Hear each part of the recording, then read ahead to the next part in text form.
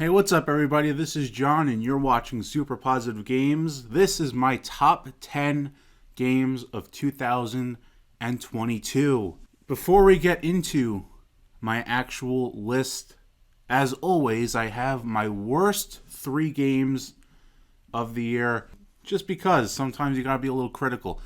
These are my worst 3 games of the year in no particular order, and then we're gonna move on to shout outs, honorable mentions, and then the actual list itself. But the worst 3, Silt, Solstice, and Gotham Knights. These are 3 games that I didn't enjoy. Now, I don't think any of these games are bad. There weren't any awful games this year, but these 3 were my least favorite experiences of the year. Silt is a game where you're this kind of submarine diver. It's a 2D game, and you kind of go around and you steal the power of different kinds of fish in the sea. And the first 2/3 of the game are pretty enjoyable, but then in the last third of the game, there's a section, or I think 2 or 3 different sections, where you have to use a teleporting fish, and it just ruined the experience because it didn't work well, and you have to get past these kind of eels that come out through the walls and try and kill you. So trying to get past that was a royal pain, and it really did ruin the entire game for me. So that's Silt. Solstice is a game. It's a pretty solid game. It's like a fixed camera third-person action game, and it's a game that I enjoyed for the first couple hours, but then it just grew really, really stale. The environments didn't change enough. As I was on hour 8 or 9 of the game, and I'm still in this kind of snowy castle area. It needed a little bit more variety in the environments to keep it interesting. It's a game that I just eventually, I never finished Solstice, but I just eventually stopped wanting to play it. I just didn't want to play it anymore, so I just kind of fell off of it. And it was pretty disappointing. It's not a bad game by any stretch of the imagination. I don't think any of these 3 games are bad, but it just kind of stagnated in terms of interesting environments. So that was one that I just kind of walked away from. And it's rare that I walk away from a game like that, where I just kind of lose the interest and desire to keep playing it. But I mean, that's Solstice. I don't think I'll ever go back. Maybe I will, but I imagine if I do go back and return to Solstice, I probably won't finish it because I'll probably fall off again because it's just not that interesting. It has a decent story and solid characters, but the environments and the gameplay just became so stale. So that's Solstice. So then a big name on here, Gotham Knights, was a solid time, I think. But after I beat it, I had way more complaints than I did things that I enjoyed about it. And some of those complaints had to do with the fact that it felt kind of like and it's not a live service game, but it kind of felt like it. And the main reason I feel that way is because when you're in the open world and you open up the missions menu, it gives you this sidebar thing where you have your main objectives, and then you have one of the side missions underneath it, and then underneath those you have training missions, you have challenges, you have these different open world things that are really weird to have in here's your main objective or your side objective menu. You have tutorials, training things, open world challenges. It felt like a menu out of Destiny or The Division, and it's not that kind of game. There's optional co-op, but it's not a live service game like that.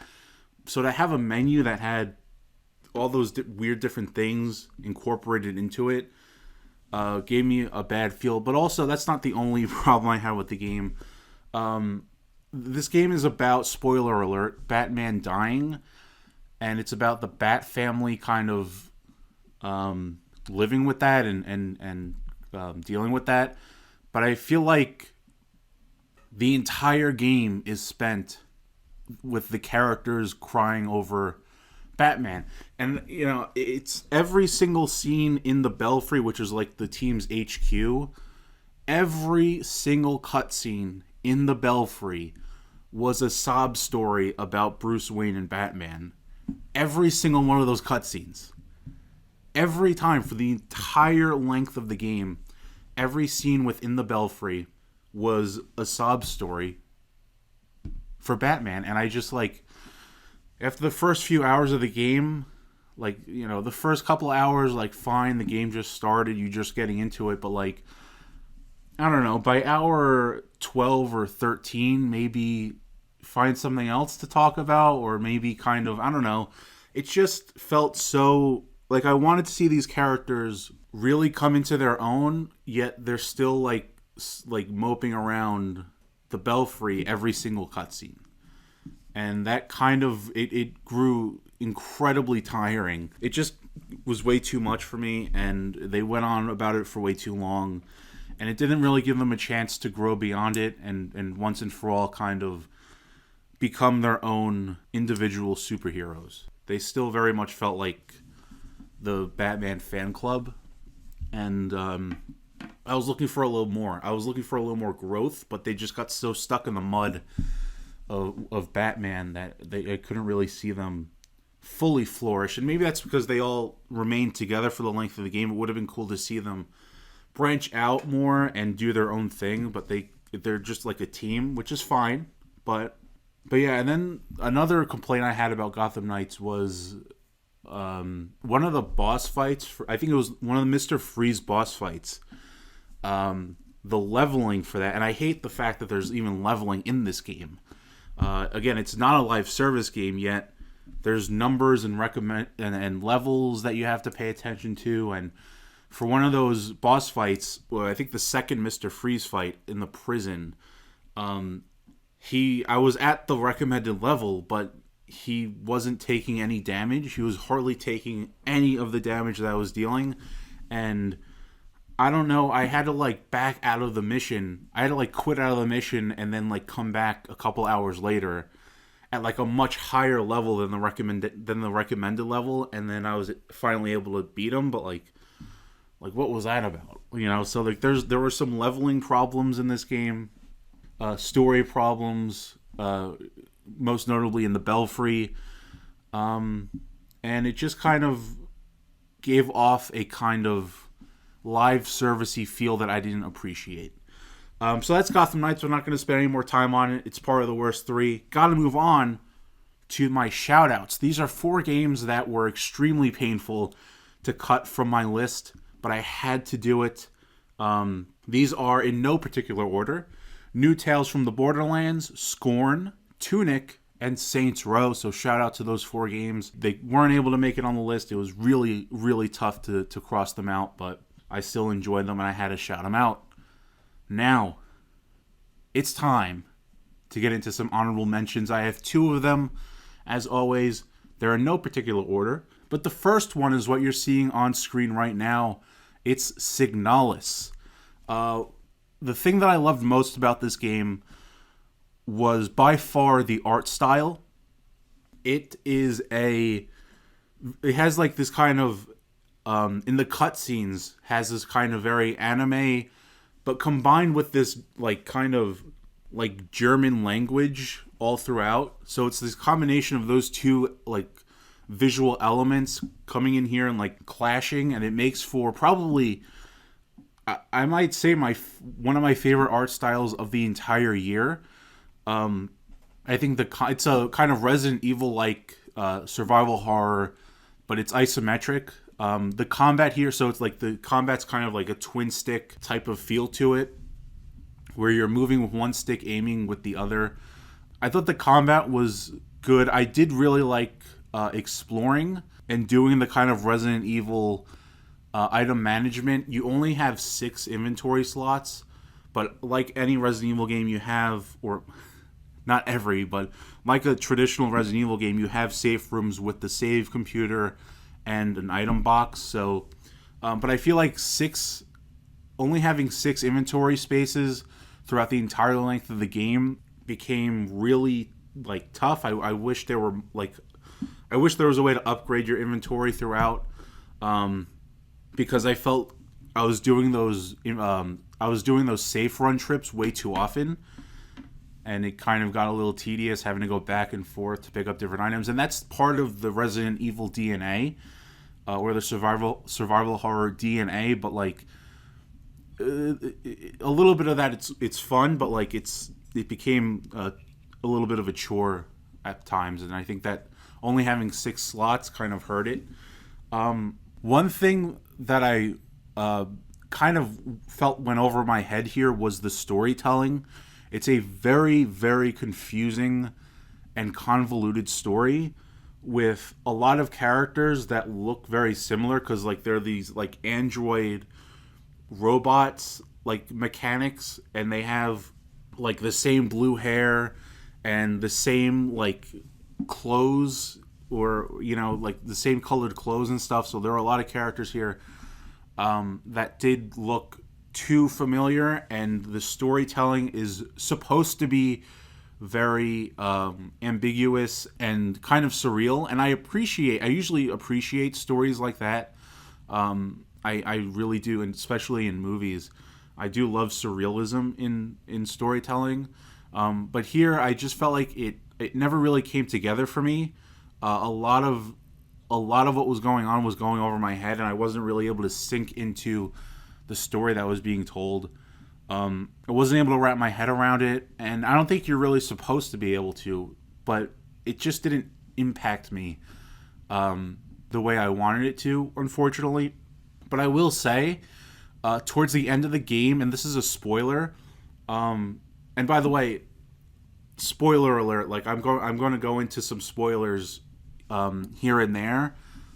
So if use your best judgment, but I will be going into some spoilers, and I'll put up a visual spoiler warning for like major huge spoilers, but for minor things like locations in a game or stuff like that, I'm not gonna do that. So use your best judgment moving forward. But in Signalis, towards the very end, about 70%, or I'd say 3/4 through the game, it does one of those credits fake outs where the game like ends and the credits start rolling, but then like, or I think the entire credits roll. And then when you hit new, or when you hit continue in the main menu, I think this is how it works. It brings you back to where you were at, and it kind of opens up the next part of the game. And for me, this is when I really started to fall in love with Signalis, because it brings you back to the opening area of the game again, but it uncovers more layers to it. When you were there at the beginning, there were certain doors blocked off, but now you're there towards the end of the game, and more of those doors are open, and it's more explorable. And I really enjoyed retreading that first area of the game, and kind of uncovering new secrets and moving the story forward after that credits fake out. And it kind of made me care about the story, and I was able to wrap my head around the story just a little bit more at the end there, after the credits fake out moment, and watching your character like tear their arm off and put on like new armor from like one of the other androids. I just thought that final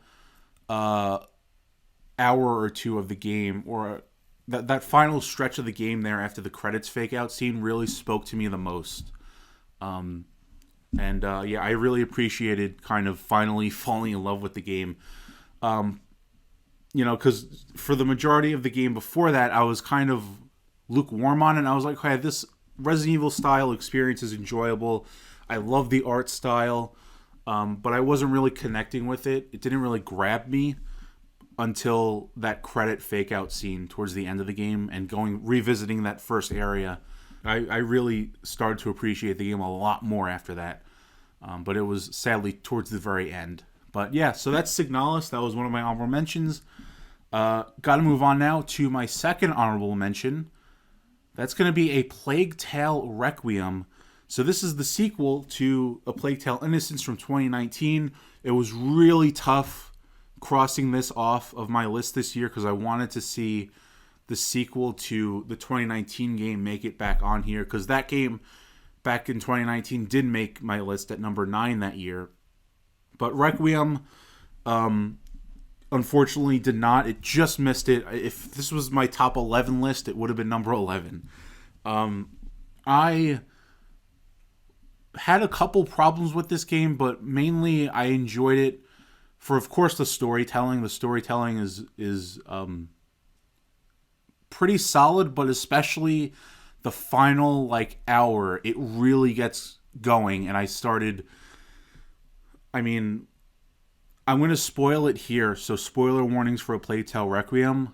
That final moment where you are Amicia and you have to kill Hugo, and the way it happens is, and I almost messed this up, because if you go ahead and you could kill Hugo, and if you hesitate for too long, if you don't do it, Lucas is there by your side and he'll do it.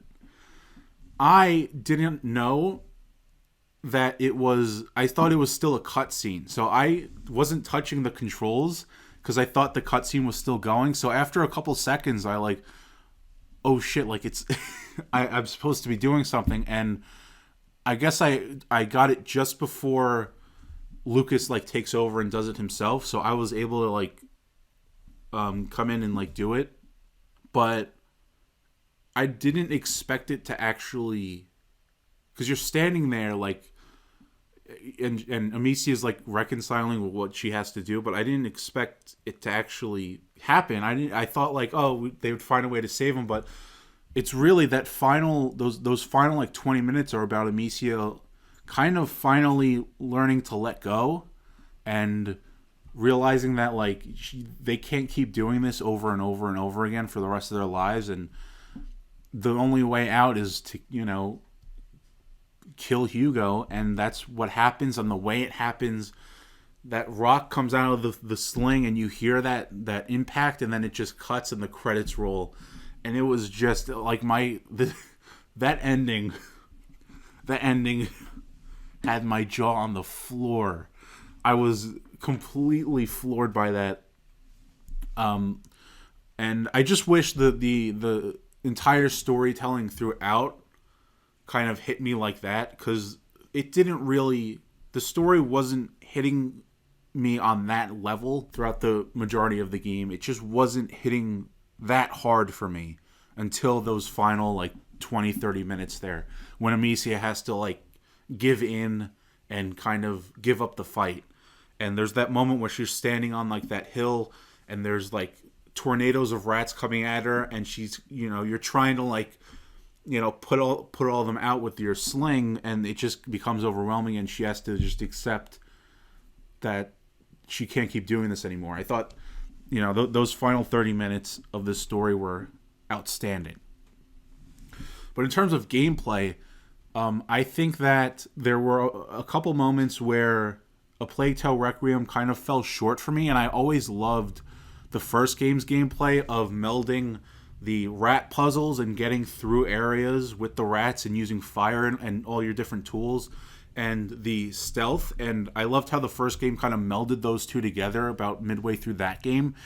This time, I feel like the game gives you so many different ingredients and different interactions between those ingredients, and it's a lot to learn. And I don't think I ever truly fully learned all the different interactions that these elements can have with each other in combat and in the puzzles. So it was overwhelming for me having to like learn. You have like your sling, you could just throw things by hand, you have pots, you get the crossbow, and all of these different ingredients with different effects when they're combined differently. And all that became a bit much, especially in open combat moments where you're trying to like survive and you're trying to like mix things and you're trying to kill guards that are running at you in time. And I just felt like there are a couple of those open combat moments that really I just felt maybe it's supposed to feel like kind of scrappy in that sense, but I just didn't feel it. Those open combat moments did not feel good at all, because I was trying to think about what I could do. I was just like, just throw fire pots at them, and then I ran into those and just shoot them in the torso with your crossbow bolts. Like, I didn't feel like I had enough time to be creative in those moments, and even in the rat puzzle moments, some of those, I feel like the open area, like, I feel like the stealth areas are way too open, because I'm the kind of person who wants to see every corner of an area, and in this game it takes a lot for you to do that, so you just kind of have to forego that and just get through and just focus on getting through to the end of the area.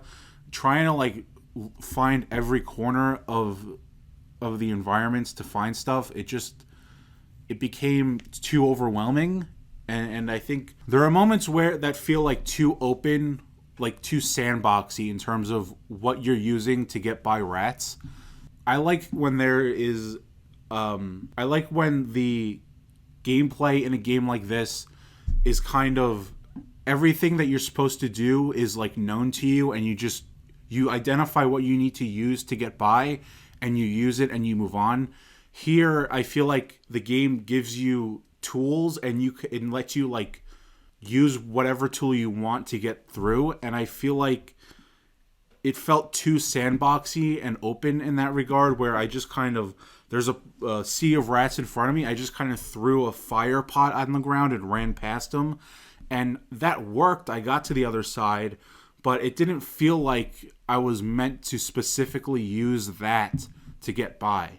Like, I like when there's a specific thing that you need to do, a specific tool that you need to use from your toolbox to get past this part, and it felt like I was just brute forcing my way through, and I didn't like that. I liked having one way to do things, and the game felt very much like it was trying to let the player have more options, and I didn't really, it didn't really sit well with me.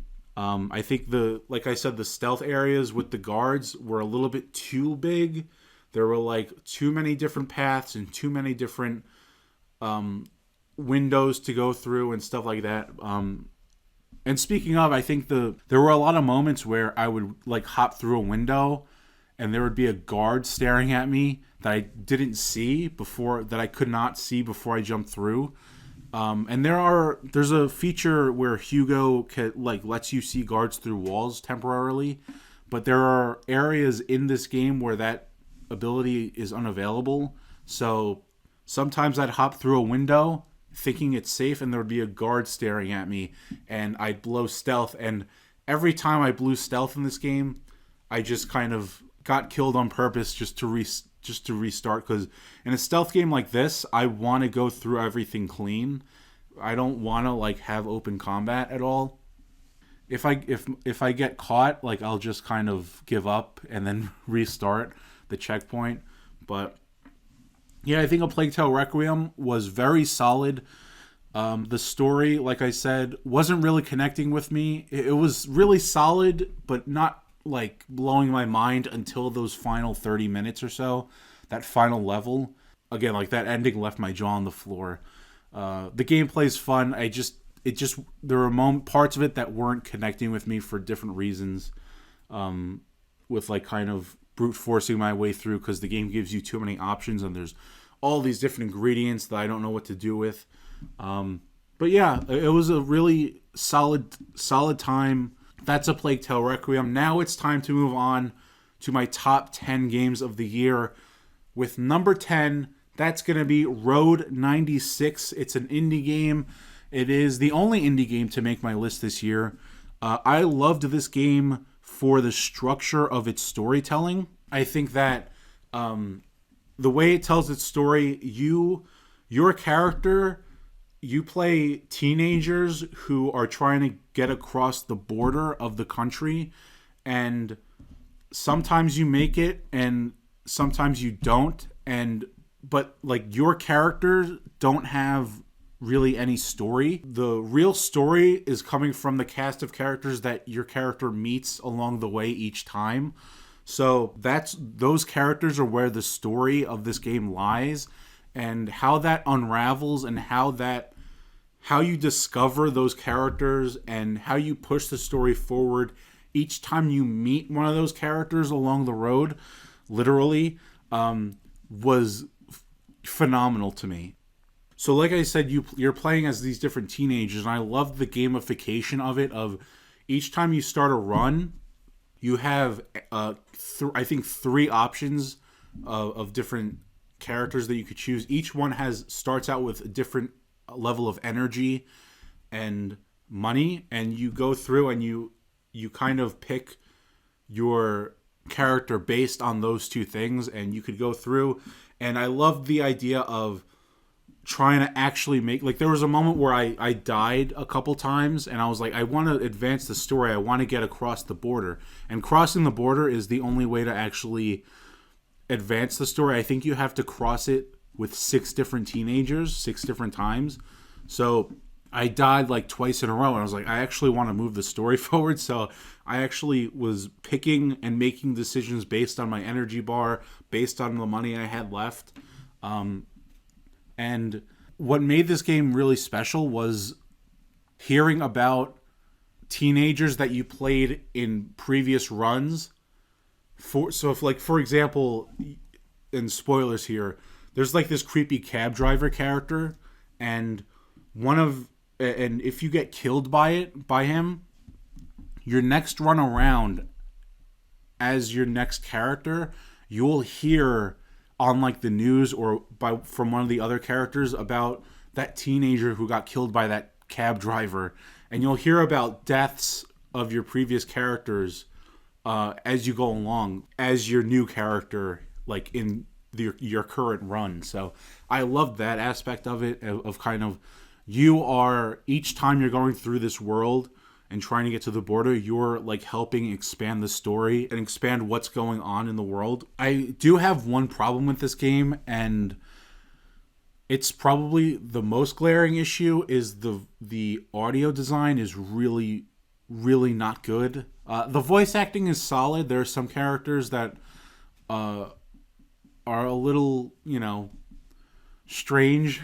The voice acting's solid, but how the sound is mixed for those voices made every character sound like a robot, and it's extremely noticeable.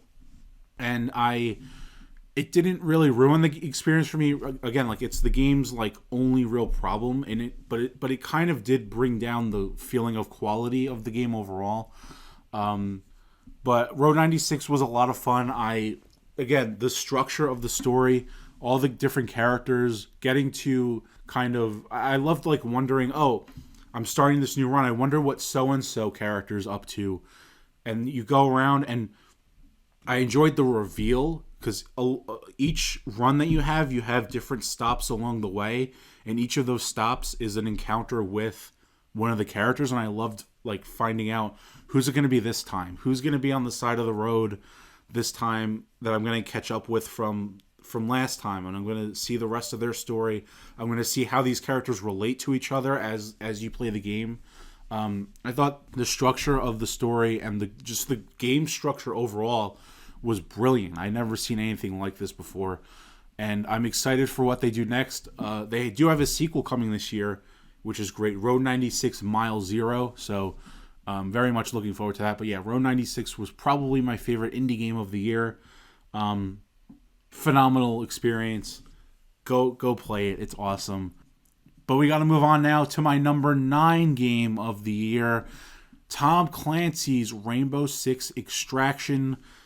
I really enjoyed this game, mainly for its kind of art style, where you have all these. I love the React tech, that yellow gear, like all the different gadgets and yellow items that you're using, like the theme, the visual theme of yellow and purple in this game really popped for me. I really am somebody who loved Rainbow Six Siege, and to see some of those mechanics and some of those characters kind of translate here into a co-op style stealth gameplay like structure was awesome. Using different characters' abilities to in a new context was done really well. I love stealth games, and going through here, using like a silenced pistol to get headshots on enemies and was a ton of fun. I appreciated it because like it's very lenient with when you go loud. Like if you break stealth, you really have to try to break stealth. I loved being able to see through wooden walls and to see, oh, there's an enemy on the other side of this wall. I'm gonna pop them through the wall with a quick, quiet headshot, and we're gonna keep moving. I did like the game does have a lot of variety. I feel there are 4 different cities with I think 3 or 4 different like levels, and each of those levels is segmented into 3 kind of missions, and you go through. You do one mission, then you go to like the decontamination zone to get to the second area out of 3, and then if you get through the end, you go and extract. And I just loved, again, part of the art style. I love getting to the extraction point and having like that kind of those yellow tiles on the ground, and like the big like kind of tube thing, and going on and pressing the button and waiting for the extraction helicopter and stuff. I just really liked all the React gear in this game. It created an atmosphere for me that I really enjoyed. And I know that's not like an important part of a game like this, but that part of it really kind of spoke to me. And again, like it's that stealth gameplay that I really, really enjoyed. I loved kind of, there's like the black sprawl that's like all over the floors and walls, and going through and clearing that up to be able to walk through was always fun. I liked the different missions. There are I liked most of the different missions. There are some of them that weren't as fun because my teammates would just take care of them, like going to get like a sample from one of the Archaeans, which is what the aliens are called. Going and finding one of those sample Archaeans to find, like my teammates were always on it before I even had a chance to like get involved with that. But there were other modes that were a lot more involved, that got everybody a lot more involved, like the modes where you had to like defend an area.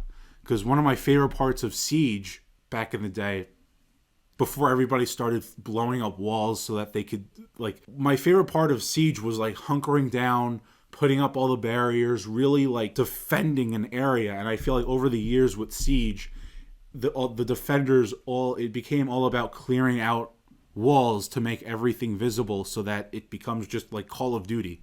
And that sucked. I hated seeing like the death of actual defense in Rainbow Six Siege.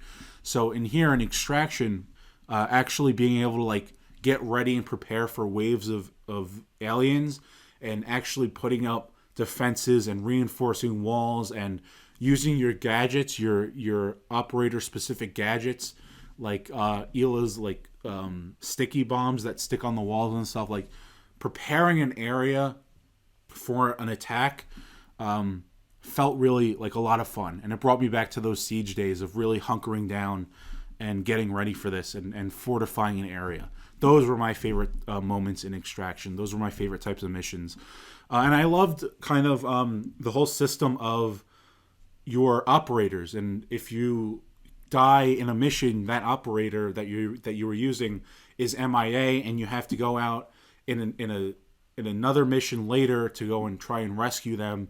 And I loved kind of finishing a mission with an operator at like 20% health and having to like not use them for a couple of missions to like let them heal up, and then you could use them. So I like that whole economy of managing your operators, who's injured, who's MIA, who do I have to go rescue, who's ready and available for the job. It might be an operator that I'm not that comfortable with, but I'll go ahead and use it anyway. I'm a jack of all trades kind of guy when it comes to games like this, and I like very much like trying out different characters, and so that kind of system, when one of my favorite characters to use goes down, that's an opportunity for me to use a different character that I'm not so comfortable with. But yeah, I really, really enjoyed Rainbow Six Extraction. It was a absolute blast, and it's a game that I see myself going back to. I feel I've been feeling like the itch to go back to it, and I think that's what I'm going to be doing after I make this video. So that's Rainbow Six Extraction, my number 9. Now we got to move on to my number 8. that's going to be a little game called Hard Space Shipbreaker.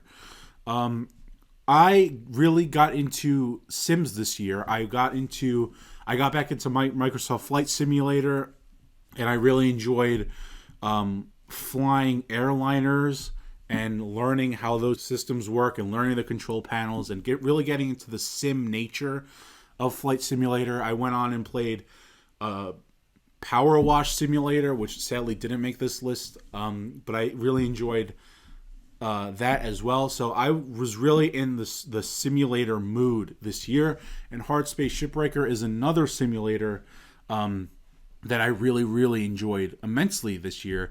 It's a work simulator, so you're going, and it's all about breaking down ships in this kind of salvage yard. That's where the entire game takes place. Now, I didn't beat this game yet, so there might be some kind of surprise that I don't know about later down the road, but for right now, for what I played, and I played a lot of it, I could not get enough of this game. From what I played, it all takes place in this one salvage yard. And this is a work simulator with a lot of story going on, so that's the kind of thing that I love. I love the sim experience, but also I love stories in video games, so combining the two of them, having a sim with a decent story going on, and characters talking to you and a story developing was really, really cool here. And I just kind of fell in love with breaking things down in this game. I mainly only use the regular laser because the cutting laser with like the two lasers that like scissor the material, that kind of didn't, that made everything feel like messy. I liked everything neat and clean, so I rarely ever used the cutting laser like that. First of all, I love cracking open a brand new ship. There was nothing better than just like finding the entry point, getting in there and start like cracking away at the cut points. And I loved getting the tethers later on in the game. So like it was like a pain in the ass moving some of the larger pieces of the ships. So getting the tethers and using those to just like tether a big piece of the ship to the place where it's supposed to go, and it just takes care of itself. You could hit that tether and I just turn away to continue on the ship as that's moving towards where it needs to go. Like doing that was a lot of fun. As you progress, there's a progression system of like 30 levels, and the whole thing of this game, the whole story of this game is like paying off your debt for joining the company in the first place. So doing that, you have to like work through like the 30 levels and earn all that money back to be able to pay the debt. As you go through, the ships get more difficult and more systems are introduced to you that you have to like start paying attention to. One of the earlier ones is depressurization, and I still am not 100% clear on how to properly depressurize a ship. It's kind of difficult because you have like a mode that lets you see, like with like little color indicators, which parts of the ship are pressurized and which are not. And I can never like figure out how to actually depressurize. You have to like go in, and it's like dangerous too because you could like get killed and stuff. And the thing about this game in the story is like when you get killed, like the company just like prints you a new body, and like, your consciousness is like saved between the bodies when you die. So like that's another wrinkle of the story. Yeah, this is a game that I really could not get enough of. I kept going back to it time and time again. Even when I knew I had only 20 or 30 minutes to play something, I would jump into this and chip away at the ship that I was working on. And yeah, I mean it lets you save your progress on a ship too. So you could just go back when you want, work on a ship, and then leave and come back in, and you have like your little hab space, which is where you like kind of sleep, and you have like your bed, you have your computer where all like you're getting messages from the characters, you have your upgrade table, like a coffee machine that goes off. But I just really appreciated the like life simulator, working simulator thing that went on here. But yeah, I didn't progress far enough in the game to get to like the major huge ships. But like there are some like tools that I still have yet to unlock and use. but it's just like a really fun time. I don't think it ever got bored. The game has really nice music too. It's kind of like this like Americana. It reminded me of Borderlands a little bit, like Borderlands music. It actually really put me in the mood for Borderlands, and this game came out right before New Tales from the Borderlands. So, but yeah, I really enjoyed the music. I think without the music, this game would have gotten a little old on me. But like the music is so good that it kept things fresh, and I love how like kind of it almost seems like it reacts to what you're doing. Like if you're in danger, if you're like if you like blow up a reactor and you lost like all like 80% of your health, like the music would react. Correct me if I'm wrong, but that's how I remember it. But yeah, great music. I don't think I ever got tired of breaking down ships in this game. You know, using the barge.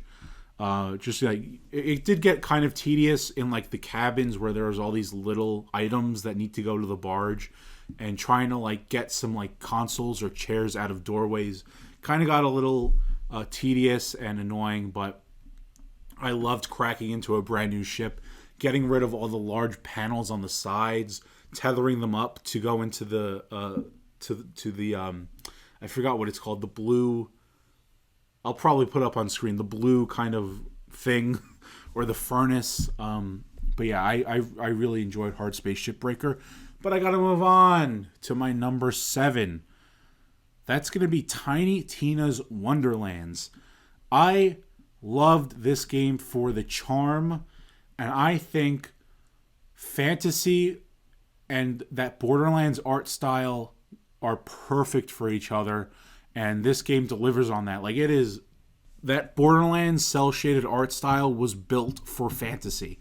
Like of course, like it's iconic for Borderlands, but like a fantasy game in that art style is like that's what was always meant to be. And this game looks awesome. I loved all the guns. The characters are great. Butt Stallion, Tiny Tina screaming in your ear. There's Fret. There's Andy Samberg's character, who I forgot his name. And I just really like... There's the Dragon Lord as well. There are some nitpicks here with Tiny Tina's Wonderlands. I think that the game can be split up into 3 different acts based on the environments that you're going through. The first act is like that traditional, like foresty fantasy type of feel. That kind of like traditional fantasy kind of like environments, and those are the environments that I really fell in love with. But a third of the way through the game, you transition into like the sea pirates, underwater kind of environments, and that's when I kind of lost steam for it, because those first foresty areas are like what I wanted from this game. I wanted that full blown traditional forest fantasy kind of deal, and it only lasts really for like the first third of the game, and then you're into like the underwater sea pirates situation, and then for the final third of the game you're in like the desert temple like ruins type of deal that I didn't really jive with. So I wish my biggest problem and only like real problem from this game is I just wanted more of that traditional foresty fantasy type of thing and less of the sea pirates or desert temple area. But yeah, I loved the first person shooting. I loved this is a looter shooter. I loved opening crates. I loved opening those little safes with the dials and the sound design of like the locks hitting the ground. I loved whenever there was a stack of fresh unopened boxes in this game, I was licking my lips, because that sound design of the dials turning and the locks and the lock boxes opening and the gold kind of floating into your character, I loved that. And I am a sucker for looting in video games. And this is not like deep looting like in Fallout or Cyberpunk, where you're really getting in the weeds of opening a box and having the menu come up. That I love. I love that kind of thing. And like the Outer Worlds and like traditional RPG stuff. This is more of like just hit the button and the thing automatically goes to you. But I loved opening boxes in this game. I know it sounds weird, but The sound and the feel of that was awesome. But yeah, I think the story here was solid. I think really the it was just more of like a fun, goofy story with Tiny Tina and friends. I don't think it was a serious thing. There were cool moments when Tiny Tina kind of felt betrayed by her friends and got mad and started like taking that anger out on you, and she starts like spawning in like different skeletons and different bosses that you have to fight because she's like pissed off. Those moments were really cool. I think those were the highlights. Those were the strongest parts of the storytelling. But it was just like an overall goofy, fun time. That's the kind of storytelling that was going on, and I just loved the environments. I loved the kind of soda bar in front of like the castle, and like I loved there was also like the beanstalk section. So like there's also this overworld, by the way, where you are kind of like a traditional Dungeons and Dragons type of board game situation. I don't know. I don't play Dungeons and Dragons, but I imagine that's the kind of thing that the overworld section of the game is going for, where you're playing as like the miniature version of your character, and it's like the top-down isometric kind of view, and you're going through the different areas, and that's how I liked how that kind of gradually kept opening up, and the overworld kept getting bigger and bigger as you progressed through the game. So it was like, oh, now we're in underwater, and it does a good job of like not letting you see beyond what's available to explore at the moment. So you don't really have a sense of how long or how big the game is going to be. It does a good job of partitioning that off so that you can only see what's available to you. And I liked how the overworld kept expanding and expanding, and collecting different things in the overworld, opening different pathways, and then some of those side areas for like the side missions. One in particular, the beanstalk area early in the game, where it's like because each location in the overworld has like a representative like thing, like a hut or a house or a little forest or a castle that you go to, and you interact with it to go into it and into like the first person mode. And there was a beanstalk situation where you go into the beanstalk, you play through the side mission, and there's a character at the very top of the beanstalk who falls off the stalk and falls down through the thing, and you collect your loot, you go through it, you go back to the beginning, and you leave, and you go back into the overworld, and that character is laying dead. Like the miniature version of that character who fell in the actual level is laying dead at the bottom of that, right near the entrance to that level. And I thought that was really clever. That was a really clever use of the overworld and how that kind of interacts. It was a very small thing, but like this game is very clever in that way, and I think that moment kind of stood out to me, of the character who I just saw fall like 5 minutes ago in the actual level is now the miniature version, laying dead right at the entrance here in the overworld. I love the Dungeons and Dragons like Cheeto laying across the pathway, like stuff like that, bottle caps, bags of chips, Cheetos, like stuff like that littered throughout the overworld was really, really cool to look at. And I love this game's style. The art style, like I said, perfect for this type of fantasy game. And seeing Borderlands go into the fantasy world was just awesome. And I loved all the different guns. I loved the loot. I just wish one nitpick is the character customization.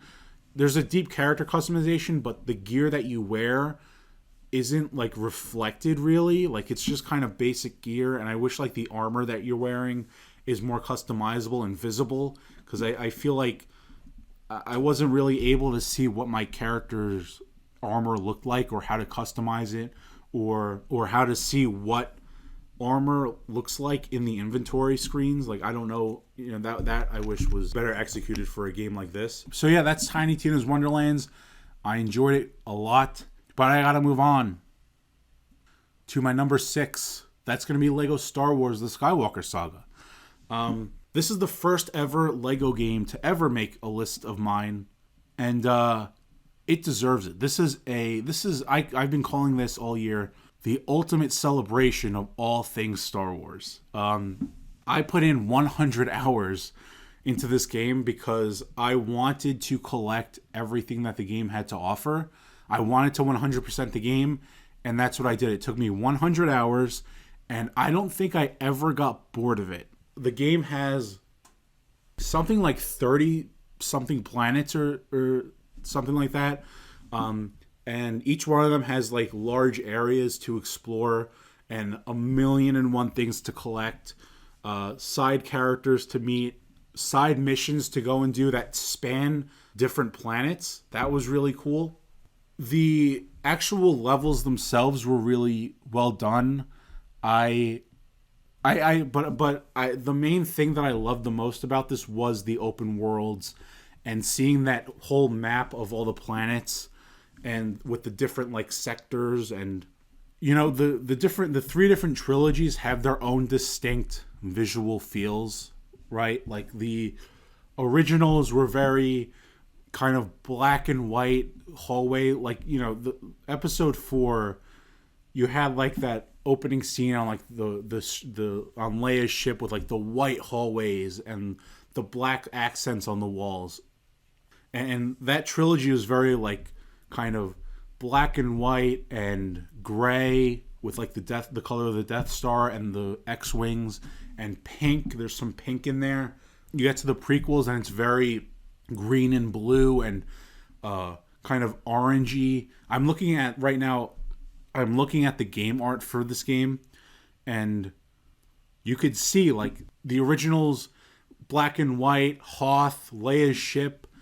The prequels are very like kind of orange and red and blue and green with like all the different lightsabers, and then the sequel trilogy is more like glossy and red and black and red, and there's some yellow and BB-8's orange kind of mixed in there. So each of these trilogies have their own kind of color palettes to them, and I think that's reflected excellently in this game, not only in the levels but in the open world areas. I think in the levels, like I absolutely adored playing through each movie, and each trilogy really did feel like that trilogy. Like they felt so distinctly authentic to those trilogies. So like each trilogy almost feels like its own different world is what I'm trying to say. And I think they nailed that in each of the levels and each of the films that you play through. And I was always excited to play through the next level and then get into the next film in the story. And I loved the menu of having that rotunda of the 9 episodes. Each one had like a little diorama of a little scene that plays out for like 10-15 seconds, and then it like loops. And I just loved seeing a little slice that represents each of those movies in like this little menu rotunda thing. I love that menu.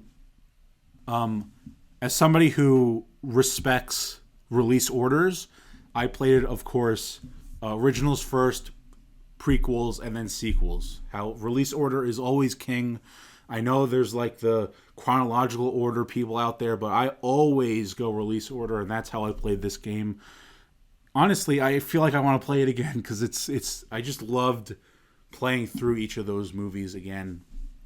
This game does have a little bit of a strange structure to it because there are key moments from the films that are played out in the actual levels, but in between those, the game puts you in the open worlds to kind of play out another important moment from the movie. So, for example, in the Coruscant world, there's Dexter's Diner, which, by the way, Dexter's Diner made its return. Because if you don't know, like in one of the earlier Lego Star Wars games, I think it was the prequel Lego Star Wars games, Dexter's Diner was the hub.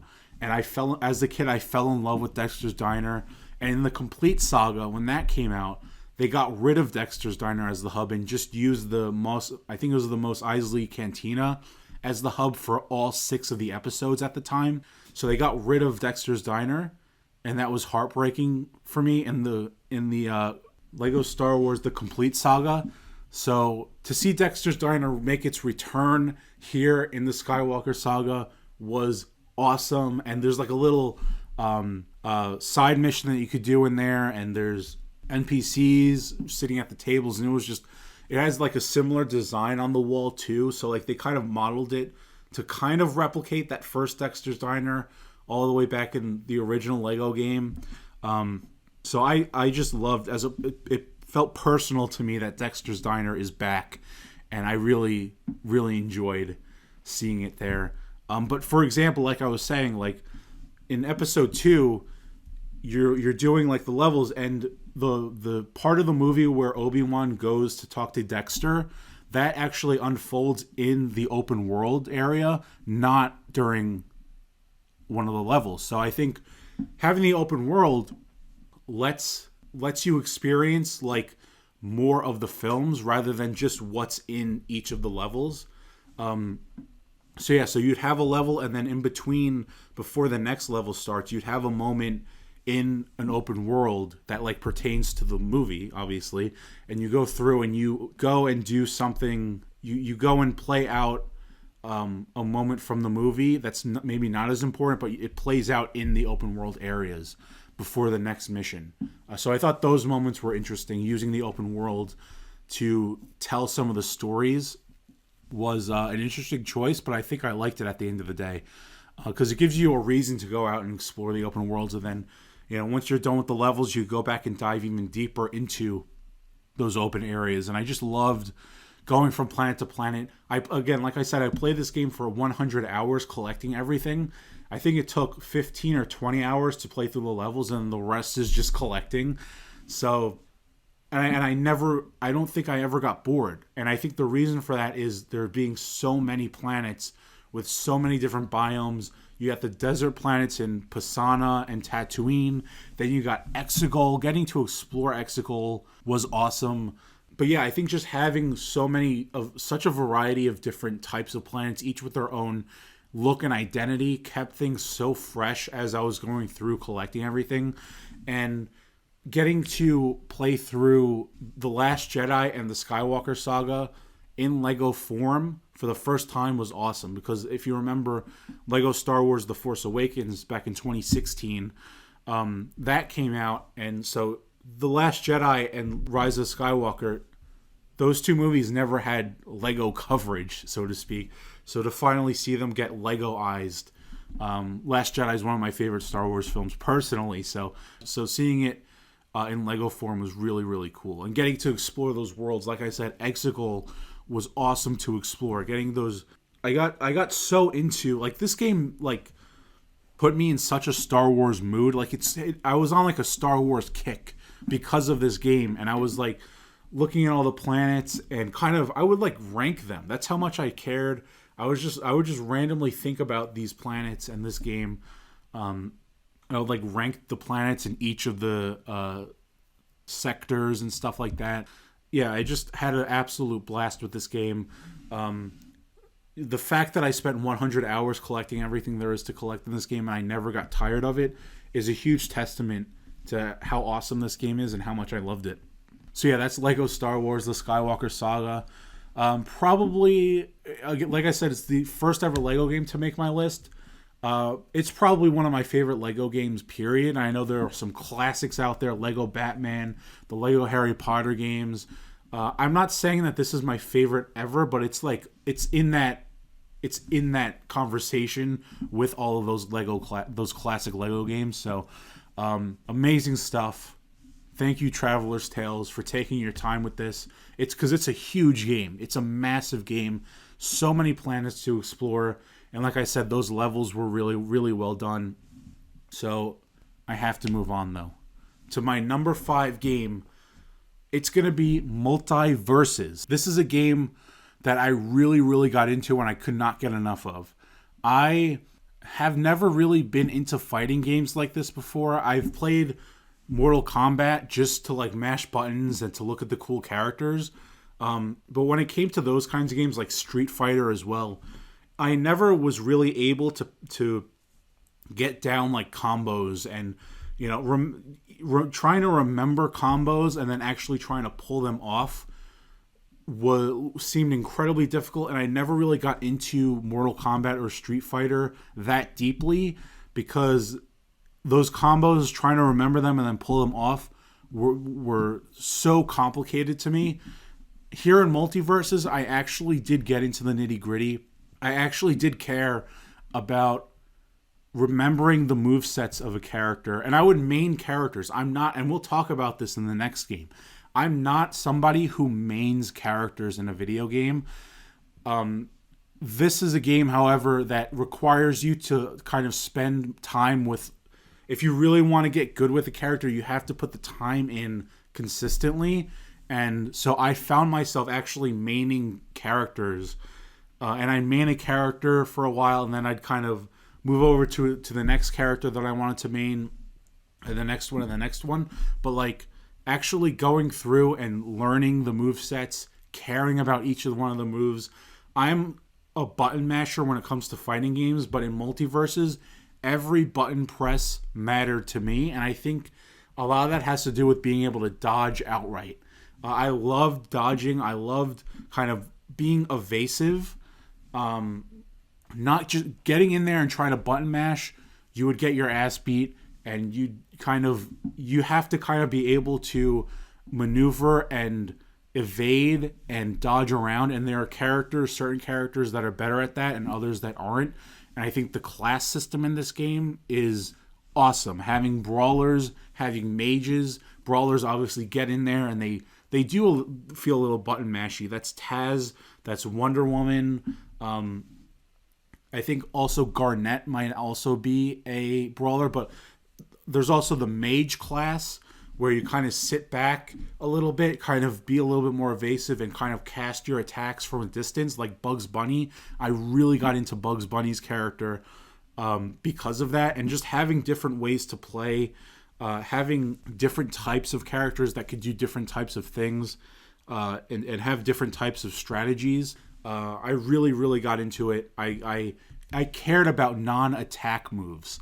And I like Garnet has a move where you hold Y and she just kind of sings for a couple seconds, and you get 2 stacks of I forgot what exactly it is, but you get 2 stacks of something, and just using buff moves to give yourself an advantage. That's something that I would have never done in a Mortal Kombat game or a Street Fighter game. I actually cared about pulling off buff moves in this game to give myself advantages, and I loved getting into that. And I think each character having not too extensive of a move list, it kind of, you still have to learn it and put time into the character if you want to get good with the character, but the move sets are not that extensive. You look at a Mortal Kombat or a Street Fighter move set, that is insane. There's 8 different inputs that you have to do, and you have to try and do it and pull it off while you're being attacked. That's crazy. Here, it's very simple. You have up, down, and side, and you combine that with X, Y, or B. Very simple. And just that simplicity of just the controls, and not having a huge move list with all these different types of inputs, having that uniform move set for each character was awesome. There's no left right. There's no YX left right down, none of that.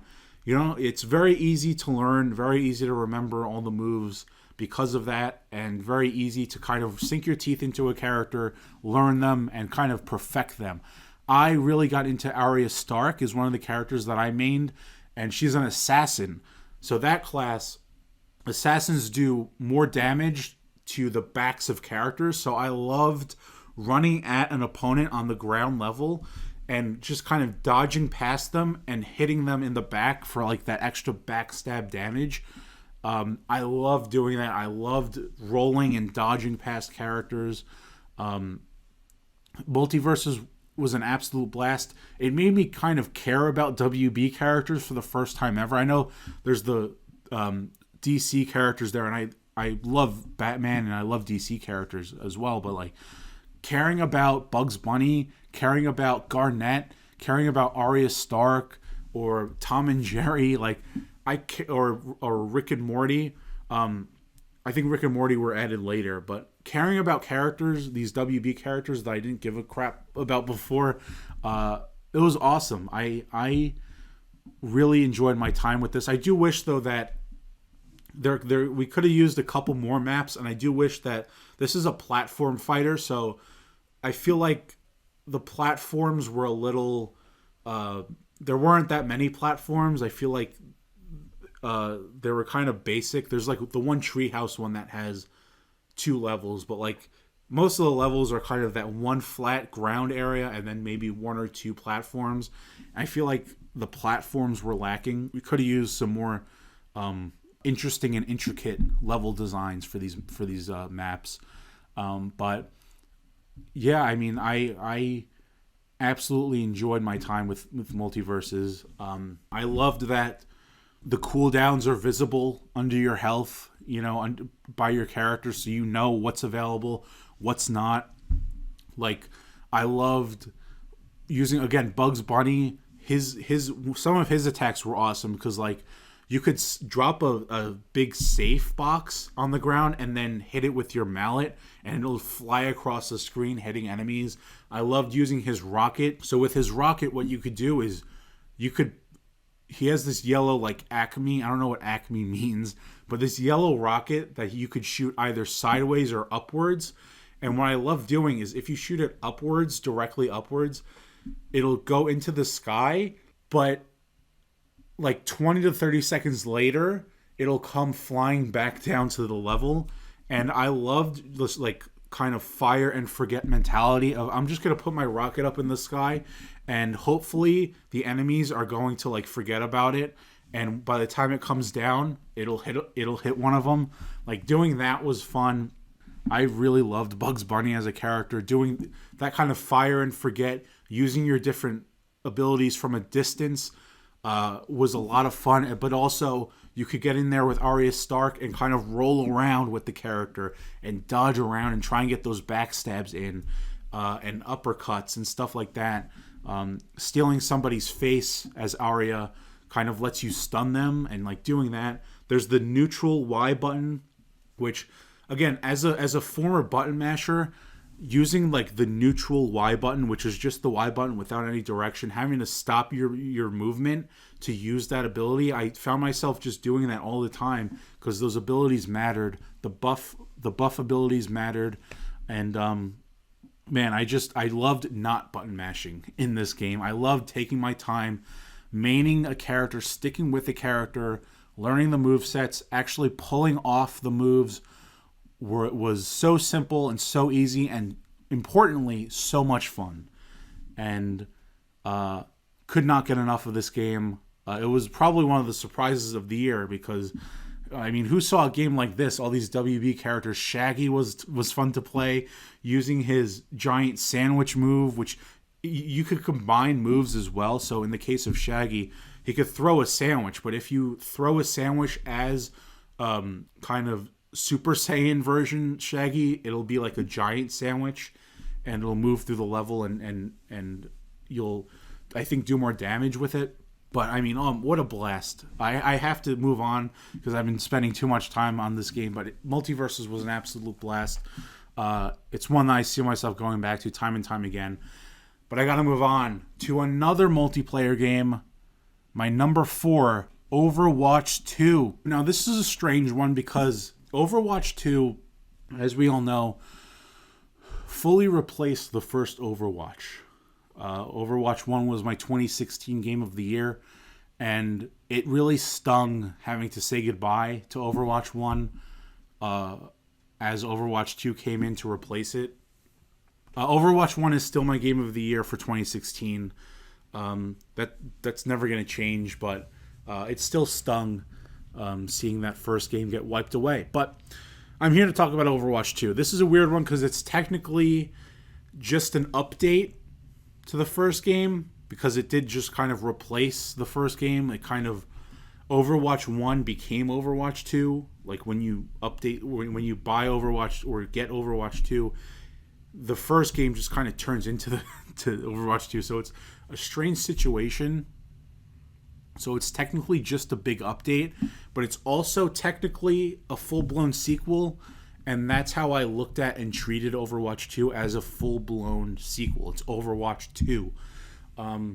That being said, this would have been higher on my list if it launched as a full-blown sequel with more content. I hate using the word content, but for a full-blown sequel to only have 3 new heroes, a new game mode, and a couple new maps isn't enough in my opinion. So it's for that fact alone, I had to bring it down on the list. Like, this would have been a lot higher if it had more stuff as a full-blown sequel, again, which is what it technically is and what it technically isn't, and that's what I treated it as. But I could not get enough of Overwatch 2. I became addicted to Overwatch again. Becoming addicted to Overwatch again was incredible. Overwatch 1 was my favorite multiplayer game of all time. I'm not sure where I stand with Overwatch 2 in that regard. I'm not going to try and quantify that right now, but I do know that I absolutely adored this game. I could not get enough of it. I think the switch to 5v5, I was against it. I was against it at first because I resist change when it comes to video games. But I think 5v5 and the lack of shield, which I was in Overwatch 1, I loved Orisa's shield. That was my favorite. The lack of shields and the 5v5 kind of makes sense in this game. The game feels a little bit faster, and as a DPS, all these roles, but especially DPS and support, you have to be on the ball at all times if you want to see success. As a DPS, you need to be dealing damage at all times, because in 5v5, you're missing one extra person on your team. Like in original Overwatch, you could kind of sit back. As like Junkrat, for example, you could kind of sit back and do your thing. You could just launch your grenades and sit back and plant your little trap and do this and that. Like here in Overwatch 2, you have to be like aggressive. You have to be on the ball. And from my first ever match, that's what it felt like. It felt like super fast. You have to like deal damage right now, or you're gonna be useless to your team. And so like that's kind of sit back feeling that I had, that I enjoyed a lot from the first game, because you have 5 other teammates. You don't have to be like crazy. You could just sit back and do your thing as a healer, as a DPS. You could just sit back and enjoy yourself and be part of the team. But you don't have to be like on the ball constantly. Here, with only 5 people, you have to be on the ball constantly, and that made it kind of. And I liked that. I liked the more laid back nature in 6v6 in Overwatch 1, but I also like this new faster pace. You need to like get in there and really go crazy, and I kind of appreciated that in the 5v5. And I honestly, after playing so much Overwatch 2, it's hard to imagine 6v6 at this point. It's kind of like 5v5 is what it is now, and it's hard to imagine anything else, which is crazy to think, knowing how upset I was earlier in the year, learning that Overwatch 1's going to go away forever. But Overwatch 2 just feels right now. It feels really good. I just wish Overwatch 1 was still playable, but that's really my qualm. But it's not part of this game. This is Overwatch 2. I never factored that into this. I really liked all 3 of the new characters. Kiriko, Sojourn, Junker Queen. I loved playing as Kiriko.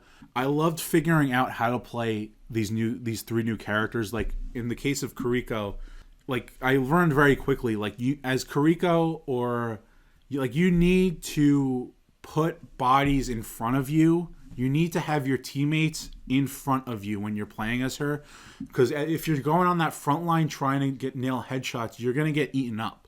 Like you can't be in a line of sight as her. You need to get bodies in front of you. Let your teammate fight on the front lines and just stay back. You have long range with the kunais and just heal your teammates. I loved kind of, I was like a heal bot with her for like my first hours playing her, but I noticed like, yeah, heal your team, but like if everybody's good right now, get a couple kunai in there. Try and get some hits on there, and like kind of determining when I should heal and when I should go for a couple kunai hits. That balance moment, second to second, knowing when I want to do what, was awesome. And trying to just stay back, get bodies in front of you, let the DPS go in there, let the tank go in there. Don't go on the front line as her, kind of stay back, do your thing. I love getting in a team fight and winning that team fight and just like topping off my teammates as like the voice lines come in and like, like a gentle rain. And I love just like the animation of her healing is just so fluid and just, it feels really good to heal teammates. It feels really good as her to deal damage when you can. And again, determining when you want to do that was a lot of fun. I enjoyed playing as her a whole lot, and also being able to teleport. Early on, I would teleport to any teammate that I can, and that's not always a good idea. I learned because you're not going to be able to save them. They're in like a flank room with 3 other enemies laying into them, just like and you don't know who's with them until you go and teleport there, and then you're like, oh, I shouldn't have done this, and then you're done.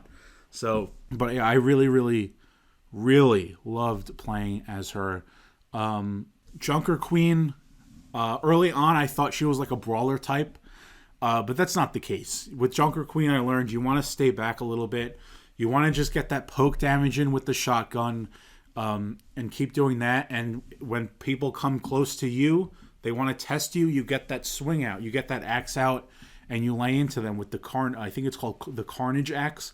But yeah, learning that like diving in head first all the time as Junker Queen is not going to work out for you. It's not going to work out for your team. You got to stay back. You got to sit back a little bit. I found that she's really good on control points in that regard, because like that's where you kind of have the space to be able to sit back a little bit and not have to constantly move forward on a payload or on push. And then Sojourn was a lot of fun. Just like pure. Oh my god, the plays that I've done with Sojourn, hitting those headshots, pure. I mean, all 3 of these new characters are fun. I think Sojourn and Kiriko are like the most fun. Junker Queen's still fun, but like you really need to kind of. It's a tank, and I love playing tank, but like it's a tank, and it's not going to be as like adrenaline. Like holy shit, I'm going crazy. Sojourn does that really well. Sojourn feels like a lot of fun. The fluidity of the slides, the mobility is off the charts. Using her like damage bubble too, trying to like seal off areas, kind of like crowd control with that ability is a lot of fun to use. Yeah, I loved these 3 characters, but not just for the gameplay, for their voice lines, the characters themselves are really cool. And I always love new Overwatch. In a game like Overwatch or Rainbow Six Siege or a fighting game like Multiverses, like I love when there's new characters introduced, and these 3 characters were an absolute joy. I think the maps, or I want to talk about the new mode Push. Payload was always my favorite game mode in Overwatch because I love the strategy of we have a front line, a mid line, and a back line, and we're on the payload and we're kind of moving forward. It's like an offense. It's like an offense versus a defense. On like a control point, there's not really that offense-defense type of mentality to it. So I always love the offense versus a defense of Overwatch. And obviously we have the payloads again here, but also Push, the new game mode, is really awesome. I loved Push. It's a lot like Payload, but like the robot kind of runs back and forth, and the push maps are symmetrical too. So like that's something that I learned very quickly, of like the symmetry of the push maps. New Queen Street is probably my favorite new map because of this. I just love snowy maps. I love that wintry feel in New Queen Street, but I also love the layout of the map. I ran into a lot of problems with teammates because my teammates would exclusively engage the enemy team from a flank. So like in these push maps, there's usually a pathway that cuts straight through the map. So like that, it lets you get, instead of like going through the winding path to get to where you need to go after spawning, there's usually like a pathway that takes you right through the map to get where you need to be faster. My teammates in New Queen Street would exclusively engage the enemy through that main path, that center pathway, and they would never ever get in front of the payload of the push. Like that's crucial, because like it became like a scrap every time. Everybody would die. They'd be engaging the enemy team from behind their push, because like that's the quickest way to get there. And it's just kind of, you need to, this is a lesson to everybody who plays push. Please do your team a favor and engage the enemy push from in front of their push. Okay, go on the main winding pathway. You could use the center pathway to get to where you need to go, but as you approach the push, align yourself to be in front, to engage the enemy team from in front of their push, please. Okay, please, because that's how you're supposed to be played. You have to build your front line up. You can't do that behind the enemy line. You can't do that from the flank. Build up your front line right here. I know pro Overwatch players can do all that stuff from the flank. This isn't pro. Just get in front of the push, please. Speaking of pro, like Overwatch 2 made me think about Overwatch with a very pro mentality. I found myself watching Overwatch League.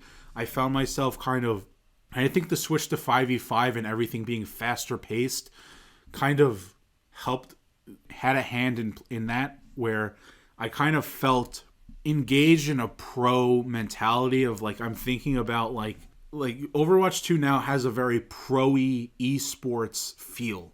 And I think that 5v5 has a lot to do with it, that quicker pace. But yeah, I found myself like kind of in that mentality of really thinking about how to engage the enemy, using Winston's bubble shield as like a Sojourn deterrent, right? Or a Widowmaker deterrent, using my Sigma shield to like block out a Widowmaker in like a perch up there, like using my abilities in different ways to kind of deny ultimates, to counter ultimates. And then there are the changes to some characters. Bastion, for example, his minigun form can now move around, and I really liked being able to have a little bit of mobility.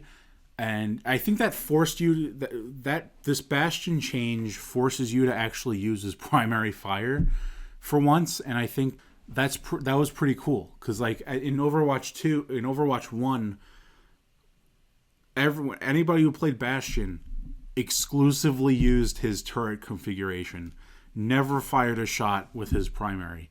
And I think this game, with this change, forcing you to do that kind of is smart, and giving you a little grenade as a little extra to make it a little bit more fun kind of was a nice touch.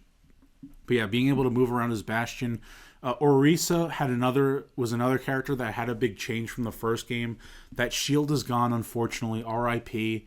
But I feel like Orisa was a bit of an upgrade. I think she could be more aggressive. She could be more of like she could be like more brawly. Although she is one of the only tanks who could really be good at long range engagement. So she could get in there. She could brawl it up. But she also has that long range option, and I like her new ultimate. The thing is, like, you have to use that ultimate with your fortify ability, right? So you have to combo those abilities. You can use the ultimate without that, but like you will get killed if you try and do that.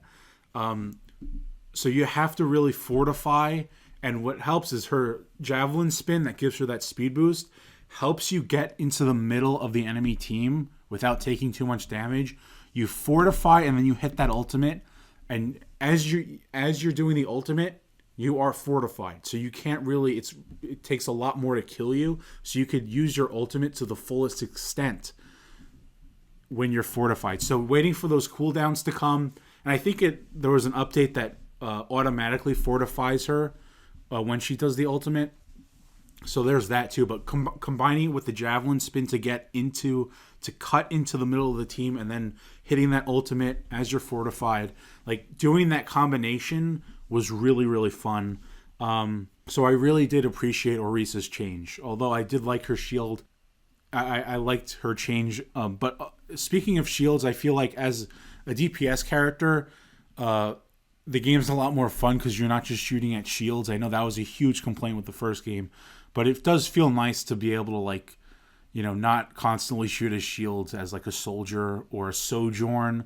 Although shields, you can build your sojourn secondary fire on shields. It's just slower than actually hitting enemies. Overwatch 2 is an absolute blast. It's fun to play casually, although that faster pace gives you a kick in the ass. You need to be on the ball. So it has a little bit of that pro feel to it. Like, I have to be constantly hitting my shots. I have to be doing what I need to do.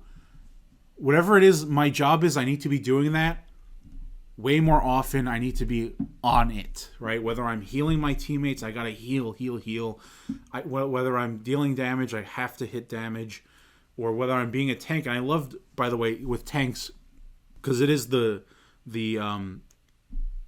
tank, 2 damage, and 2 supports composition. That is the composition. And by the way, trying to do open queue where it's just a free-for-all never worked. And I think going to 5v5, fighting, if you're a team that has the regular comp of 1 tank, 2 and 2, going up against a team that has 2 tanks or 3 tanks, it's never gonna be fun. You're never gonna win. In 6v6 Overwatch, you could get away with offset compositions. You could get away with fighting a 3 tank team as a 2 tank team, because there's that 6th player that, like, it's a little, that makes everything just a little bit more balanced in that regard. Trying to do open queue where the entire enemy team are tanks, or the enemy team has 2 tanks or 3 tanks or 4 damage or 4 DPS players, like, it's open queue is so much more unbalanced. It felt a lot more balanced in Overwatch 1 when it was 6v6. When you had uneven compositions like that, it felt better. It felt more natural. But Overwatch 2, I can't think of any other composition other than 1 tank, 2 and 2. That being said, having all the attention, being a tank on your team now without the 2nd tank or without another player, like, you have so much attention on you as a tank, and it lets you really do your job, which is tank. You have to take damage. You have to be strategic. As a Reinhardt player, I learned that, like, and this is probably something I should have learned in Overwatch 1, but, like, here in Overwatch 2, you have to, like, if somebody comes up to you and tries to test you when you're a Reinhardt, you have to swing the hammer. They try and test you, they come up to you, you have to start swinging. Like, you have to, like, keep them at a distance so that you could use your shield. You know, so it's like learning even, like, more the intricacies of some of the different characters, even some of the older characters from the first game was a lot of fun. And I love the 3 new characters. I love the most of the character changes. I love the new push game mode. I like a lot of the maps. Some of them aren't as great. Circuit Royale thematically as, like, a racetrack, I don't know, that's a little weird one. It has that big sniper hill. That's a weird one, but, like, most of the maps I really enjoyed. Colosseo is great. Really, really loved Overwatch 2. I've been spending way too much time talking about it. I gotta move on to my number 3. That's gonna be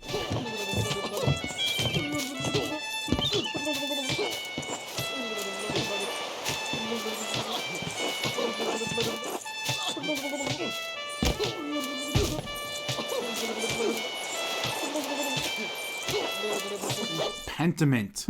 This is the small passion project out of Obsidian Entertainment, led by industry veteran Josh Sawyer. When I first saw this game, I didn't think I'd be that into it. I felt like the only chance that this game has to really pull me in is to have a incredible story with incredible characters, and guess what? That's exactly what it did. That's exactly what Pentiment did. I thought to myself before I played it, when it was like first revealed, I thought the only way I could see myself really getting into this world and this art style if the story is great, and the story is great. I loved the story of Andreas Mahler. I love the story of Tassing and the Abbey and all the monks and everything that has to do there. I do feel though that this game is first of all a really long game for the type of game it is, but I don't mind. It could be split up into 3 different acts, and I feel like the third act was the weakest. I think that it started off extremely strong with those first 2 acts. That's where I enjoy the story the most. Within that third act, you play as a different character that you met when they were a child earlier in the game, and there are a lot of characters in this game and a lot of like children in this game, and not all of them are memorable. So when you start the third act as this kid that you met like years ago in the story, and 2 acts ago when they were a kid, like playing as that character, I didn't really have a connection. Because I didn't really care about their character when they were a kid back in like Act 1. So that was a little strange. I didn't really love the character change. But I did love the story. It is a kind of murder mystery situation, but what I loved about this is it feels like the game is intentionally pressuring you to come up with answers in a quick fashion, but it doesn't give you enough time to really come up with the answers that you need. Right, because spoiler alert, there's a murder that happens, and as Andreas Mahler, like one of your most beloved friends is like being blamed for it. So you have to find the real killer, and this is only in the first act. You have to find the real killer, and if you don't, your friend's gonna get like the punishment. So you have to go out and like figure out this murder mystery, and the game intentionally.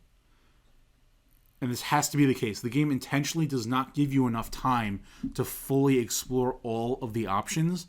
So it makes you like give like a haphazard. It makes you point the finger without all of the facts, without knowing everything that you need to know, and it just makes you're out of time, Andreas. We need your answer now, or your friend's gonna be dead. You have to point the finger, and you point the finger, and you feel kind of good about it because you have like pretty good information. You have some solid evidence, right? But not all the evidence. You haven't explored everything fully, but you have to point the finger, and you do it, and you feel good initially, and then the character gets executed. Whoever it is you point the finger at, the character gets executed, and you don't feel good anymore. You feel, this feels very bad. I feel like I made the wrong choice. I didn't have enough time. And I love that the game is designed, the narrative is designed in a way that makes you rush things, and it makes you feel bad about doing that. And that was like the strongest part of this. I fell in love with this world. I felt fully engrossed in this game world, and I think the art style is incredible. But this game gives you moments in the dialogue where it underlines certain phrases or things, and if you press a button, it'll zoom out and give you a short description of what that was, like different books or different plants. It gives you like a short like history description, just a couple sentences.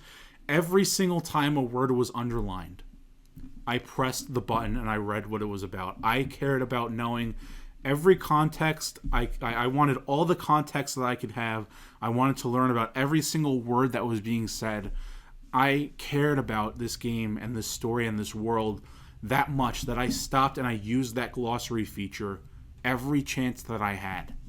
Another thing that I really, really loved about this game is the sound design and the fonts. So the fonts were really cool, and I loved hearing the fonts being scribbled in the text boxes. The sound design of like the the pen on the paper, like scribbling, like in a notebook, and watching some of those fonts, like the purple font, for example. I think there's a purple font that like fills in the ink, kind of fills in the outlines of the letters as it goes, and watching that was so incredibly satisfying. Watching all the font kind of fill in as the character talks to you, listening to the sound design of the writing was incredibly satisfying, and it kept me engaged in what was going on, in what was being talked about between the characters. The sound design was a huge highlight, and those fonts were a major highlight. You could tell that a lot of passion went into making this game. It is an incredible narrative experience, although I did mention that final act was a little bit lackluster compared to the first two, unfortunately. But I love the whole narrative thing of sometimes when Andreas goes to sleep, because it's kind of like a night in the woods type of scenario where you're out and about and you explore the town and you're talking to some different characters, and then when it comes nighttime, it's time to go to bed. And some nights Andreas would dream, and you're in like this weird dream world with these different weird characters, and you're in this weird city. And I loved what goes on with that part of the story. I wish there was more of it, to be frank. I wish there was more of those dream sequences, because that city stuff, that whole situation in the dreams fascinated me. And something interesting happens, some real like surrealist situation happens as like Andreas deals with the guilt and the shame of having falsely accused people for murders that they didn't commit, and watching them die. Him dealing with that, the unraveling of Andreas as he deals with that, and how that's reflected in that dream world of his was awesome. I think this is my narrative of the year, if I'm being frank with you. And again, the art style, I think I loved everything about this game. I loved eating meals with characters. Like the game it gives you like the freedom to say, all right, it's like lunchtime, go and find a set of characters who are having lunch and go have lunch with them. And there's a map of the town, and it gives you like little icons that say this character is available for lunch right now, or you could go over here, or you could go over there. So the game does give you options on like who you could spend your time with, your meal times with, and going through getting like you go, you talk, let's have lunch, and you go and you get like the screen of like the food on the table, and as you have the conversation with the character, you pick the food that you want to eat. And that just like added so much. It's added so much to the narrative. Spending genuine time with characters. And again, there are a lot of characters in this game, and you don't really get to care about all of them. Some of them are more important than others. But you get to care about the town as a whole. You get to care about Andreas. You get to care about the story and the history of this town as a whole. But there are some characters in there that you don't really get to spend too much time with, and therefore you don't really care that much about. But Pentiment is a brilliant game. It's my favorite narrative of the whole year. I can't recommend it enough.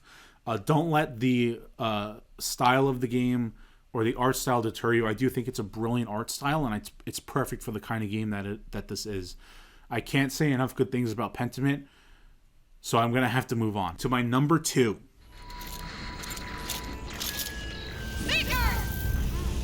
Our first day of chaos is here. I will begin the opening ceremony momentarily in Hangar 2. A very special guest. Listen and witness us being reborn. This is going to be Deathloop. And I know what you're saying. John, the hell? Deathloop came out in 2021. I understand that. The way I roll is it came out in 2021, but it came to Xbox, which is my platform. It came to Xbox in 2022.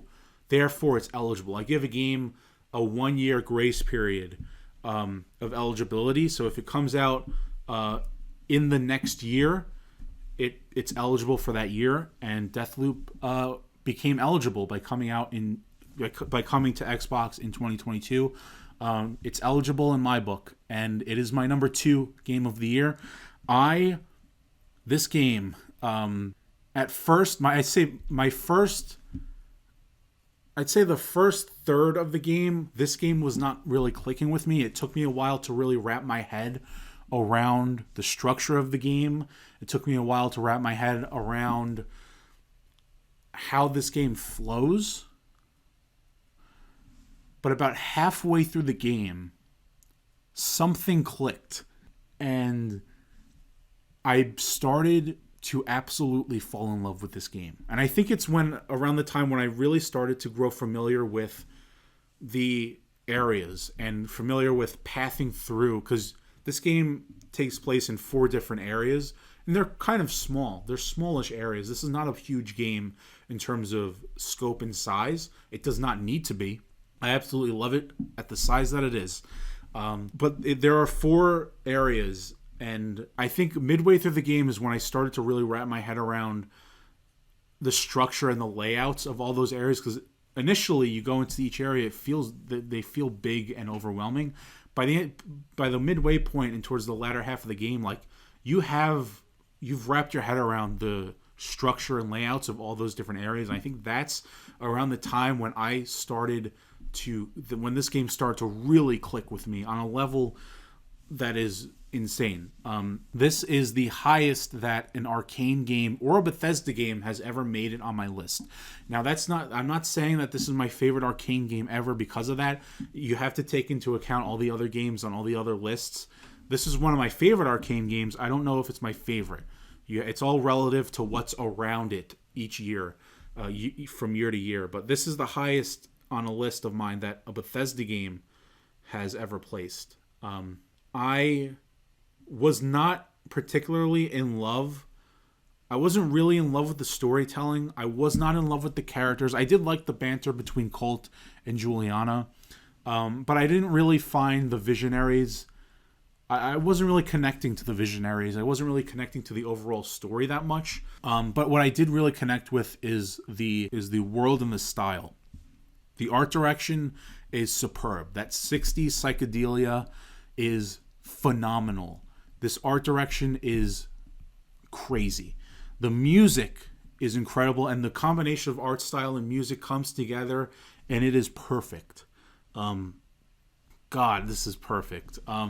The world and Arcane's level design, they're masters of level design, and they do it again here.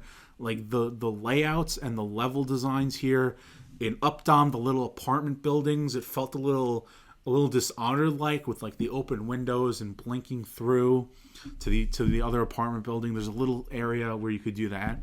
Like, I adored this game world, I adored the style, and I adored the music. That is why this game is as high as it is. And of course the gameplay and the level design and all of it. The story I wasn't as strong as I'd hoped, but despite that, it's landed this high on the list. The abilities are amazing. I only really used 3 of them. Obviously, the shift ability is the one that I use the most. Like, I mained that ability. I didn't see... I mean, you could play the game without shift, but, like, this is, like, Arcane's bread and butter is that shift ability. And it's so much fun to use in Deathloop. It's so much fun to move around with that shift. So I use shift a lot. Then I use the one that you could link enemies to. That you could, like, kind of link enemies, and what you do to one enemy happens to all of them. So I used that one for a bit, about like midway through. But like at a certain point, I got around to the invisibility ability, and that's the one that I really stuck with for the rest of the game, because I love stealth games, and you could play this running and gunning, but you could play this really stealth-like, and I loved going through and stealthing my way through. And that invisibility helped so much. When it starts off, it's like you activate the ability, and then it's like a limited time before it runs out and you become visible. You could have it. There's like an upgrade to it that you could earn, that you could find that lets you, where it only runs out when you're moving. So you could activate it and stand still, and you'll be invisible permanently until you move again, and then it will start to run out. So I loved using that invisibility when I'm like in a tight interior and I want to peek around a corner to see if there's anyone there. I would go invisible just to peek around the corner and kind of scout out the area. and then I'd kind of sit there because I'd have that upgrade to it. So I'm invisible for as long as I want to be, sitting here and not moving. And you could just kind of sit there as like a camera and kind of scout the area and see where all the enemies are.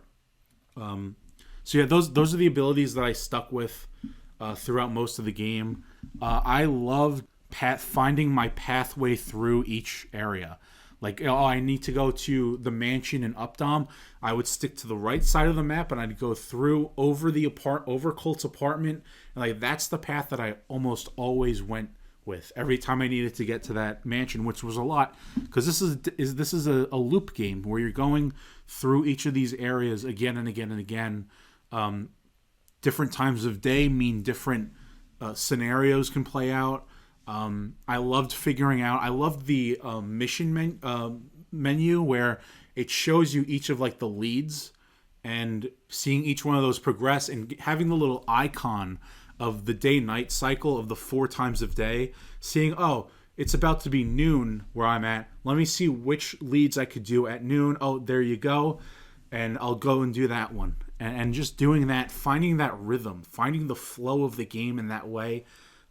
With the little day and night icons and going out and doing what you're going to do was awesome. Seeing, kind of having it formulate in your mind of like, oh, I have to kill this visionary in the morning, but then I also have to go and sabotage the fireworks crate, and that'll automatically kill that visionary at night, so I don't have to worry about that. I could just kill the character in the morning and then go do that, and then in the afternoon I go do this and this, and then having that plan come and form together and mapping that out was like, having that come together was brilliant. That's incredible game design. That's incredible narrative design. I loved having that plan finally like formulate and come together like that. I thought that was excellent. And I don't know if there's like any other way. There definitely are other sequences that you could eliminate the visionaries with.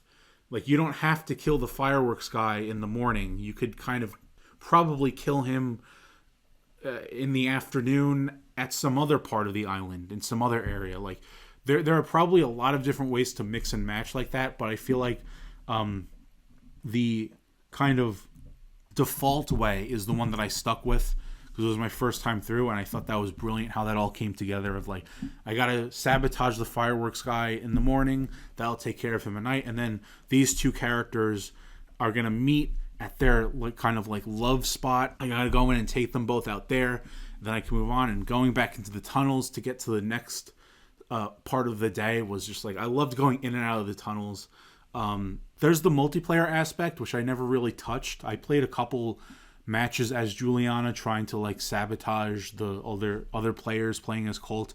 It was fun. The thing is, like, it all centers around that one antenna in each map, and so you basically end up just camping around there. The Colt can go off and do whatever they need to do in their level to get whatever they need done, but they can't leave until they come and hack the antenna, which is what you're like guarding. So it's like, you know, you're kind of sitting around, not really doing much. I didn't really... I love this game for the single player. I will say the Juliana invasions in single player, when Juliana invades your game world, those were pretty fun. They can get annoying, but like playing against another actual player Juliana was kind of fun, because it's like this cat and mouse of like, where are they? Oh, they're on that roof somewhere. I gotta like sneak around, shift up there. Playing against AI, because I did turn it off like midway through the game because it was getting like annoying. So I turned off the actual player invasion Juliana, but then the AI version of Juliana still invades you pretty much just as frequently. And I think the AI version of Juliana was not as fun to play against and kill, because it's AI. It's not as smart. It's not clever. It's not as clever as an actual player.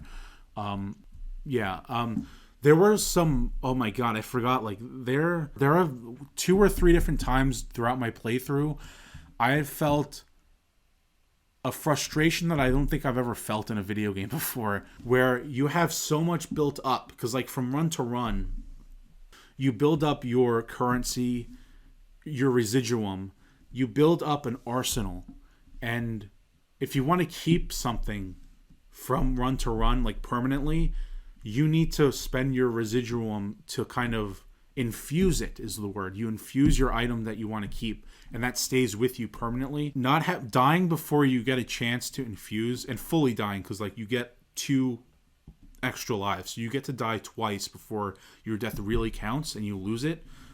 Dying that 3rd time and losing all your stuff that you didn't have like infused, and losing your huge wealth of residuum was supremely frustrating, because on that 3rd death it doesn't respawn. If you die a first time, you go back and you kind of claim it back like a Souls game, right?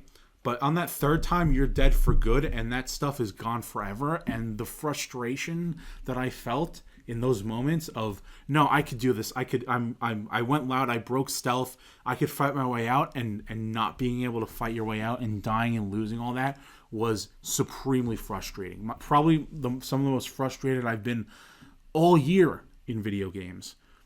But like, Jesus, like it was pretty brutal when that happened. But I kind of got into the mindset of just like, you got to just keep going. Just keep going. Just do the next thing that you need to do, and just forget. Short memory, because that was brutal. But yeah, the guns, the first person shooting felt all right, but like the gunplay was not the highlight for me. The stealth gameplay really was where it's at. Hacking stuff, hacking turrets, hacking cameras and stuff, going through, doing takedowns, cracking necks. All of that was brilliant. Getting on top, that classic Arcane level design of getting on top of like a light fixture in like a big room, and like kind of not being seen up there. You can, scout out everything, mark enemies. That was brilliant. So yeah, Deathloop, that style, that music, that level design, everything. Again, just the story was a little on the weak side, but I did love the banter between the 2 characters, and everything else about the game I absolutely fell in love with. Halfway through, I don't know what happened, but everything started to click. And before that, I was like trying to, it was tough to wrap my mind around the structure of the game. But once I did, what a game. What a game. All the different times of day, the 4 different areas. I loved going early in the game to Fristad Rock and to Colt's little like security booth there on like the dock there on the water, on like the icy, snowy water. That comfy like booth.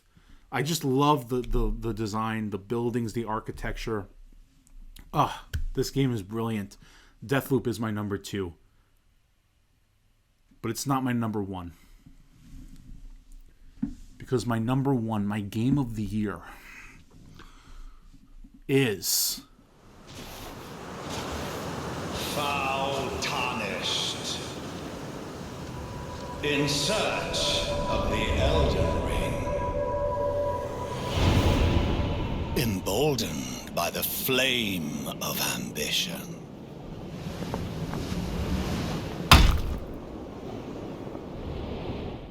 That's right. My game of the year is what else? What is it other than Elden Ring? Holy shit. Okay. Holy shit. All right. Where do I even begin? Can you tell me? Where do I start? I don't know. How about you start in Limgrave? Because with a dream of becoming Elden Lord, this game gives you... I don't think I've ever experienced anything quite like this, where the game gives you a goal and a dream. And it opens a door to Limgrave, and you step out with that dream and that goal, and you're like, holy shit, how am I ever going to accomplish this? And you just start going and you explore, and it just, I spent an 130 something hours it took me to beat this game. And holy shit, when I think back to my first moments in this game, opening that door to Limgrave, seeing the Erd Tree, seeing Stormvale Castle up there on the left, oh my god, what a journey. This game felt like one of the biggest accomplishments that I've ever had in a video game before. Beating this game is like one of my biggest accomplishments in my gaming career. This is the first From Software game that I've beaten. Before this, I've only played like 20 minutes of Dark Souls and about a third of Sekiro. So like my experience with From Software games was very limited, very small, and I came in here and I became the fucking Elden Lord. Okay? This game was awesome. The art style. Let's dig into the art style, because the art style is truly incredible. This is a huge game world, and the more you play, the more unfolds, and it keeps unfolding and unfolding and unfolding. And it just keeps going. And I love that each major area of the world, especially the above ground areas, each area has its own distinct visual style, right? Limgrave, you walk out there, it's that green and gold feel, like that traditional kind of, you're looking at the Erd tree, it's huge. You got green grass. It's that kind of, green and gold, classic Elden Ring look. It's on the cover of the game. That's what Limgrave looks like. Green and gold. Okay, you get into Stormvale Castle, the clouds roll in. All right? Now it's like windy. Now it's dark. Now it's really green. You look up at Stormvale, you got that golden, those golden kind of castle ramparts, right? And then up against that green sky, that dark green cloudy sky. It's brilliant. You go into Caelid, right? You go east into Caelid, the red sky of Caelid, and those yellow minor Erd trees that pop against it. Brilliant. I love Caelid, is gorgeous. You go up into Liurnia. Now that's the magic vibe, right? Now everything's blue and magical, and there's wisps, and there's the lake and the water and the big blue and silver academy, right? You get into the Altus Plateau. That's where everything's yellow, bright yellow. You look into the rocks in Atlas Plateau. You see those yellow like lines throughout it, like veins. You get to the mountaintops of the giants. That's the snow area. Like, I loved each distinct look that each of the areas in this game have. The art style is out of this world. It's crazy. The art style and just the visual feast that you munch on each step of the way. Early on in the game, when and I love the fucking exploration. Like, there's a moment on the Weeping Peninsula, or you cross the bridge, you go south, and there's a moment in the Weeping Peninsula when this game started to really like click for me on a really high level in terms of an open world game like this. You go in, and there's an area where you're going to like a castle. You're going to Castle Morn, and there's an area where you get to a place where there's a man on a horse that wants to fight you. To the left, there's a merchant, right? So there's a merchant, and then next to the merchant, there's a wind tunnel where you use your horse Torrent. You could jump on that wind tube up to like a ledge where there's like a mini castle, right? To my right, there's a pathway that leads into like a deep woods, and then I could see up above the first ever minor Erd tree that I'm approaching on my right, right? So I'm looking, there's a merchant, there's a wind tube. Up ahead of me is the castle, but there's the guy on the horse standing in my way. There's a minor Erd tree that I haven't been to one of those yet, and this is early in the game. Up on my hill to the right, and then there's a pathway on my right hand side deeper into the wood, into a forest. And I'm just like, this, I'm standing here at this point, and everything is like making sense to me in this world. Everything's clicking. I'm like, oh wow, there's a lot of different things I could do in this small immediate area. There's so much to do and explore right here, only right here.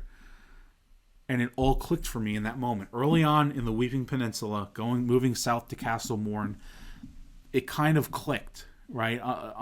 This open world on a small scale, even on a small scale, there's so much. It's so dense, and there's so much to find and do and look for. The combat in this game, I stuck with. I forgot the name of my class, but I stuck with a traditional sword and board. Right, I got the sword and a shield, and that's what I rolled with for most of the game. Eventually, I wanted to go into the long sword, right? So I wanted a two-handed like long sword, not like one of those great swords or like a buster sword. I wanted just like a longer two-handed sword. And what I would do is for smaller enemies, I would use my shield, and I would do the block counter where if you take a hit on your shield, and then if you follow it up with a heavy attack, you'll get like that little sound effect, and you'll do like a heavy swing on them for like extra damage. So like that's the technique that I used for smaller enemies. It was just shield and then counter attack.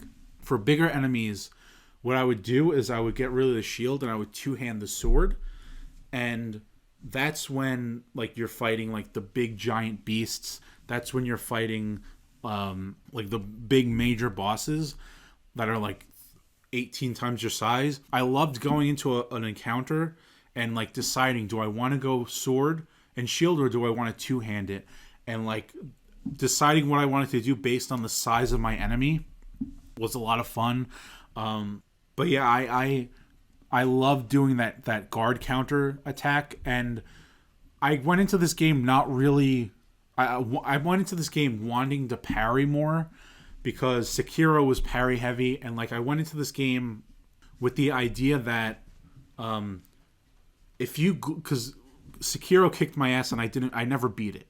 I got to a major boss and I kind of gave up on Sekiro, but I realized before Elden Ring came out, like if you glue your eyes to the animation of the enemy that you're fighting and you really pay attention to every little second of their animations, you will be able to parry anything. And I went into Elden Ring with that in mind and wanting to parry, but I never really, because the timing of the parry felt weird. In Sekiro, it was like instant parry. Here, you have to like swing the shield across your body to parry, and it felt strange. So I never really parried. There was a specific enemy, the Crucible Knights are the only enemies that I ended up actually parrying against. And those Crucible Knights, let me get it out of the way right now. Fuck every Crucible Knight in Elden Ring. I don't respect you. Okay? Just wanted to get that message out into the wild, out into the lands between. Hear those words, Crucible Knights. I don't respect you. All right? Just to get that out of the way. But yeah, so speaking of gluing your eyes, Margit the Fell Omen, I didn't expect to become a father in 2022, but I got it, like Margit's my son now, and it took me a long time for me to acquire him as my son. He's obviously like the first major boss that you encounter, and obviously this is like an open world game, so you could skip Margit, you could skip Stormvale entirely. There's a path off to the right side that you could go and pass it, go right into Liurnia if you want. So I think that aspect of it is really cool in terms of like a speed run type of situation. The fact that you can just like completely pass major areas and major dungeons. But Margit the Fell Omen's my son, and encountering the first major boss was awesome because in this game, it's not the only way to progress. I didn't know about the side path past Stormvale, but I knew that like I'm having trouble with Margit the Fell Omen right now. He's destroying me.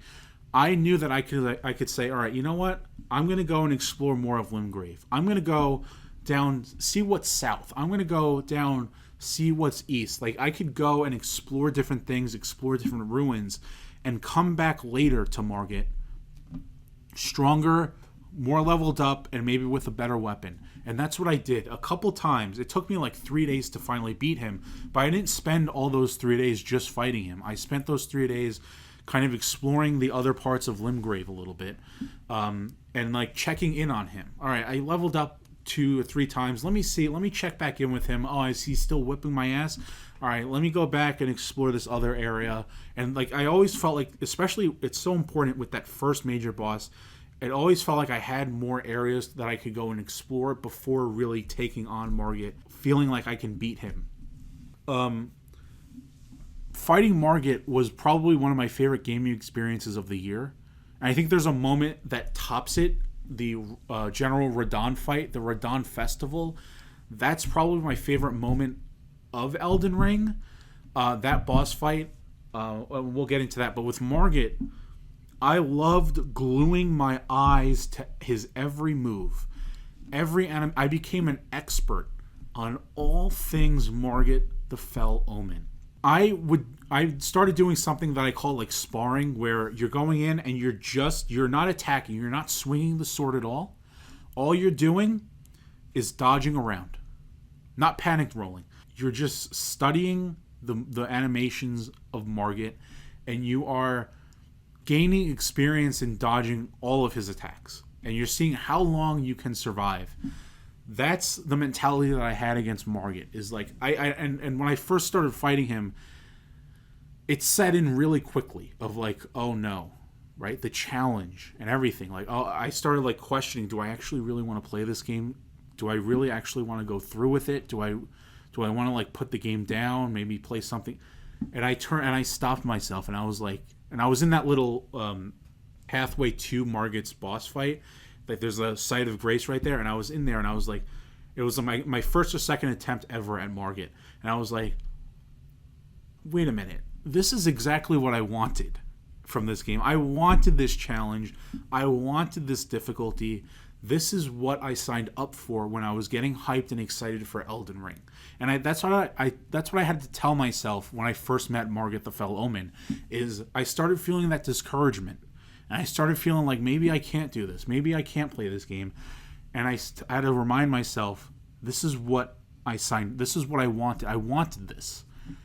And I went back in there, and I got my ass beat again. And that started the whole that several-day process of going back out, exploring more, leveling up more, and then coming back later. Studying his every movement, sparring with him, learning every single thing about every one of his moves, really strategizing when are the safest moments possible that I could get a swing or two in. After this attack, I could get a heavy swing in, or after this attack, I could, if I roll into him, he'll give me a second that I could get a regular base swing attack in here. And just knowing that and going through with that, and learning his other phases and growing comfortable with those, going in sparring, not swinging a sword, just to see how long I can survive by dodge rolling. That is what it was all about. That process of Margit. Once I beat Margit, the other bosses were not as difficult.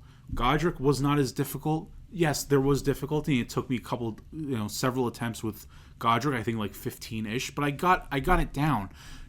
Gluing your eyes to the animations of the boss is something that I learned to do here, and it paid off in dividends. And not just Margit or Godric, but like every other boss that I fought, especially all the story bosses, which were all incredible. That's what I did, especially with Godfrey, first Elden Lord, in his first phase, and that Hoarah phase was brutal, by the way. But in that first phase, that's what I did. I glued my eyes to that axe. And I would react. I would wait for him to attack, and I would react. Am I dodge rolling this? Yes, this is the attack that I dodge roll to the right.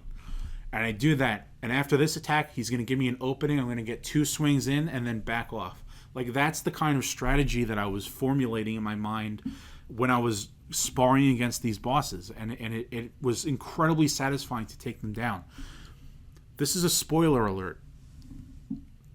Margit the Fell, when you beat Margit, much later on in the game, there's a specific section of the game where he spawns back into the game world as like a ghost form, and he fights you again. And I was able to remember everything that I learned about his moveset earlier in the game. I remembered all of it, and I was able to beat him again right there in the Altus Plateau, my second attempt.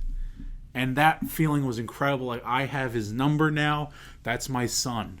And then he comes back a third time in Lanedell at the foot of the Erd Tree, which, by the way, Lanedell is probably my favorite part of the game in terms of level design. And we'll get into level design. Lanedell is incredible. The look of Lanedell, especially when it becomes Ashen, when it becomes the Ashen capital, the visual of Lanedell under Ash became like defined my summer. Because I started playing this game, I played it in February when it came out, March, and then in April until Lego Star Wars came out. I talked about that earlier, and it kind of took over, so I kind of stopped playing Elden Ring because Lego Star Wars came out and I wanted to 100% that. And I played that for April, May, and then June I kind of didn't play. There were other things that came out. In July is when I went back to Elden Ring. I left off in the Altus Plateau when I switched over to Lego Star Wars, and when I came back in July is when I went to Mount Gelmir, when I opened up the Lanedell and went to Lanedell for the first time. And just the visual of the Ashen Capital in July became like, it defined my whole gaming year, right? Being in the Ashen Capital, like the dunes and the smooth like sand under the Erd Tree, all the buildings buried, like that became like what visually defined my 2022 year of gaming. But anyway, Margit comes back as Morgott later on at the foot of the Erd Tree when you finally make it there. And that's part of the journey that I loved, is you have, I forgot the name of the character that comes with you. I'll put it up on the screen, but like she talks to you about bringing her to the foot of the Erd Tree, and 100 hours later you make it there. And just making it there, I'm here. I'm at the foot of the Erd Tree. Look at how epic this looks. Look at all the thrones and the seats here. Oh my god! And then fighting Morgott, you could actually summon her in that fight, which I did. I used summons, kind of. I played most of this game on the rule of, if it's a 2v1 boss fight, I use a summon. That was my rule in a boss fight. If it's a 2v1, I use a summon. And then I kind of, for tougher bosses like Morgott, I kind of was like, I'll bring her in because she's like a story. This is part of like the story character. Like, I'm very much of the mind of the summons are a part of the game that the designers of the game put in for a reason. Use it. It's a game. It's not like you hacked it in or you modded it in to give yourself an upper hand. Like, it's put in the game here officially. Like, these are officially part of the game. Use it. And so, like, in the Morgott fight, I was like, all right, this is like a story character. I'm going to bring her along with me in here. And that fight, I went in. It took me, I think it was like the end of my night is when I started fighting Morgott. It was a summer night. I started fighting Morgott, and I was getting my ass beat. I was like, I'm going to go to bed. I'm going to meet him again tomorrow. All right. And I went in the next day, I think my second or third attempt of the day at him, and I went in with only sparring. I was only sparring him. And his moveset's different this third time around, or technically the second if you're just following the main story. His moveset's different, and I was like, I'm just going to spar him for now. I'm not going to take a swing at all. And I'm just going to survive. And I ended up in my like second or third attempt, sparring, and sometimes when I sparred, I got a little hit in. I can't help myself. I'm going to get the jab in. And at a certain point, I noticed, oh my God, I have him down to like 20% health. And I'm just like, I was going into here sparring, and now he's down to 20% health. And I was like, holy shit, I could do this right now. I could kill him right now.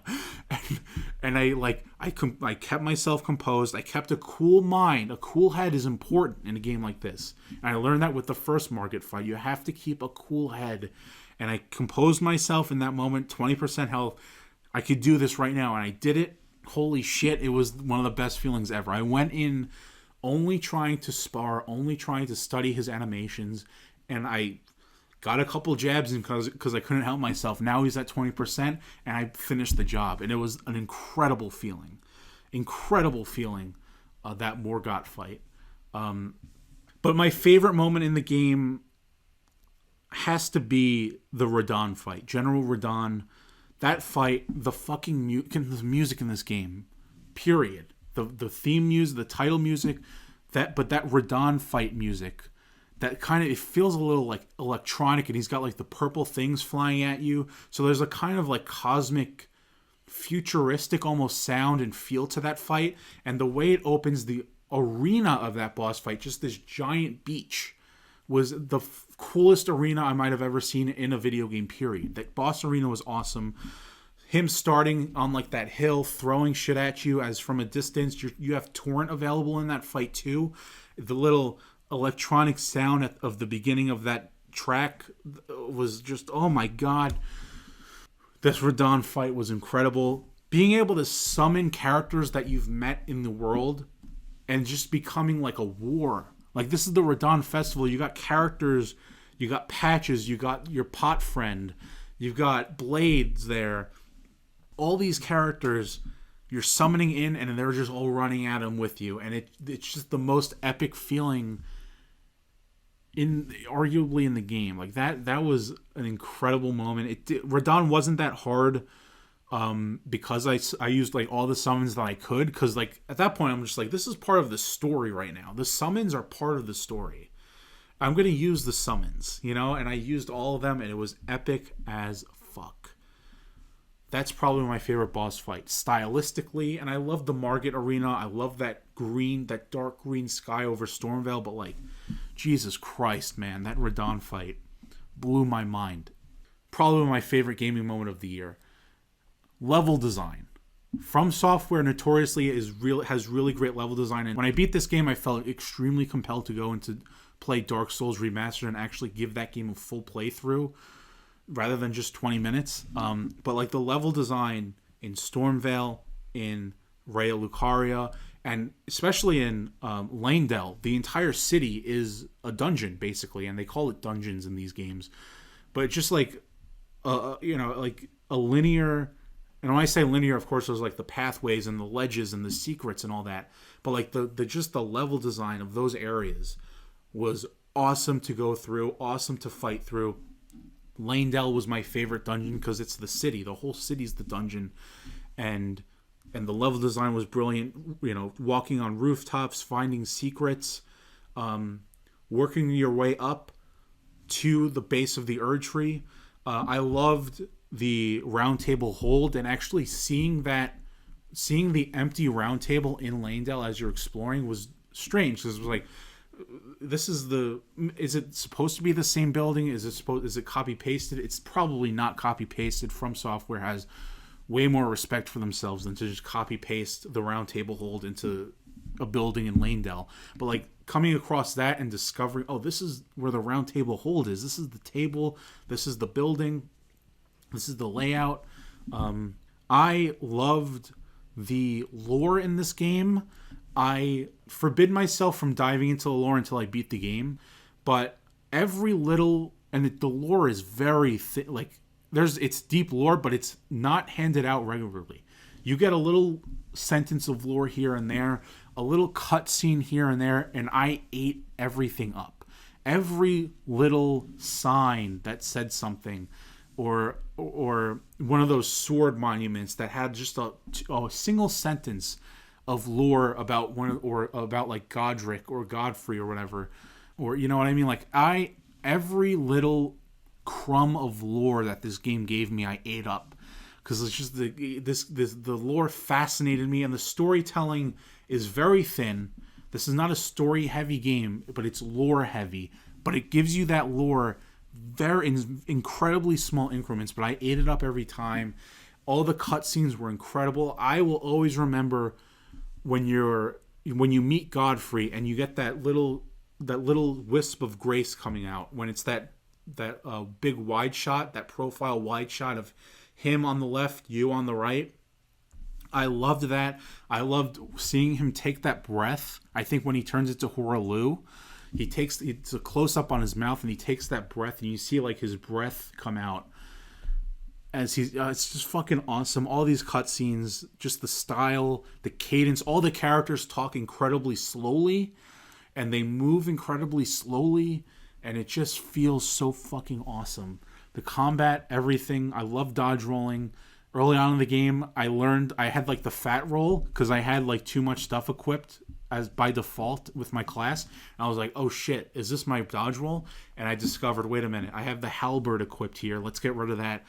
This feels a lot better. And feeling that early on in the game was awesome. I never really touched the co-op or the multiplayer side of this game, but there was one exception.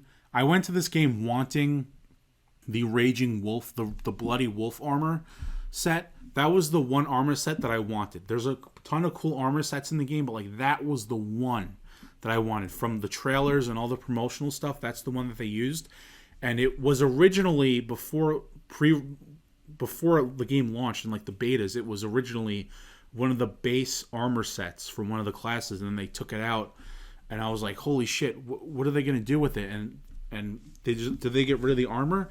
And I was like, no, it's hidden away somewhere else in the world. It's no longer a base set. But that's the set that I wanted. And it was when I was playing through Mount Gelmir where you get the mission, and this is a rare moment in this game where it's like you get like missions, and you get the mission and you get it marked on your map.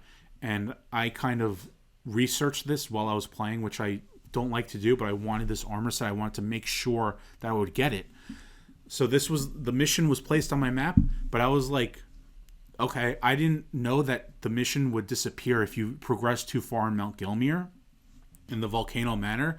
So I was like, all right, that's the mission that gives me that armor set.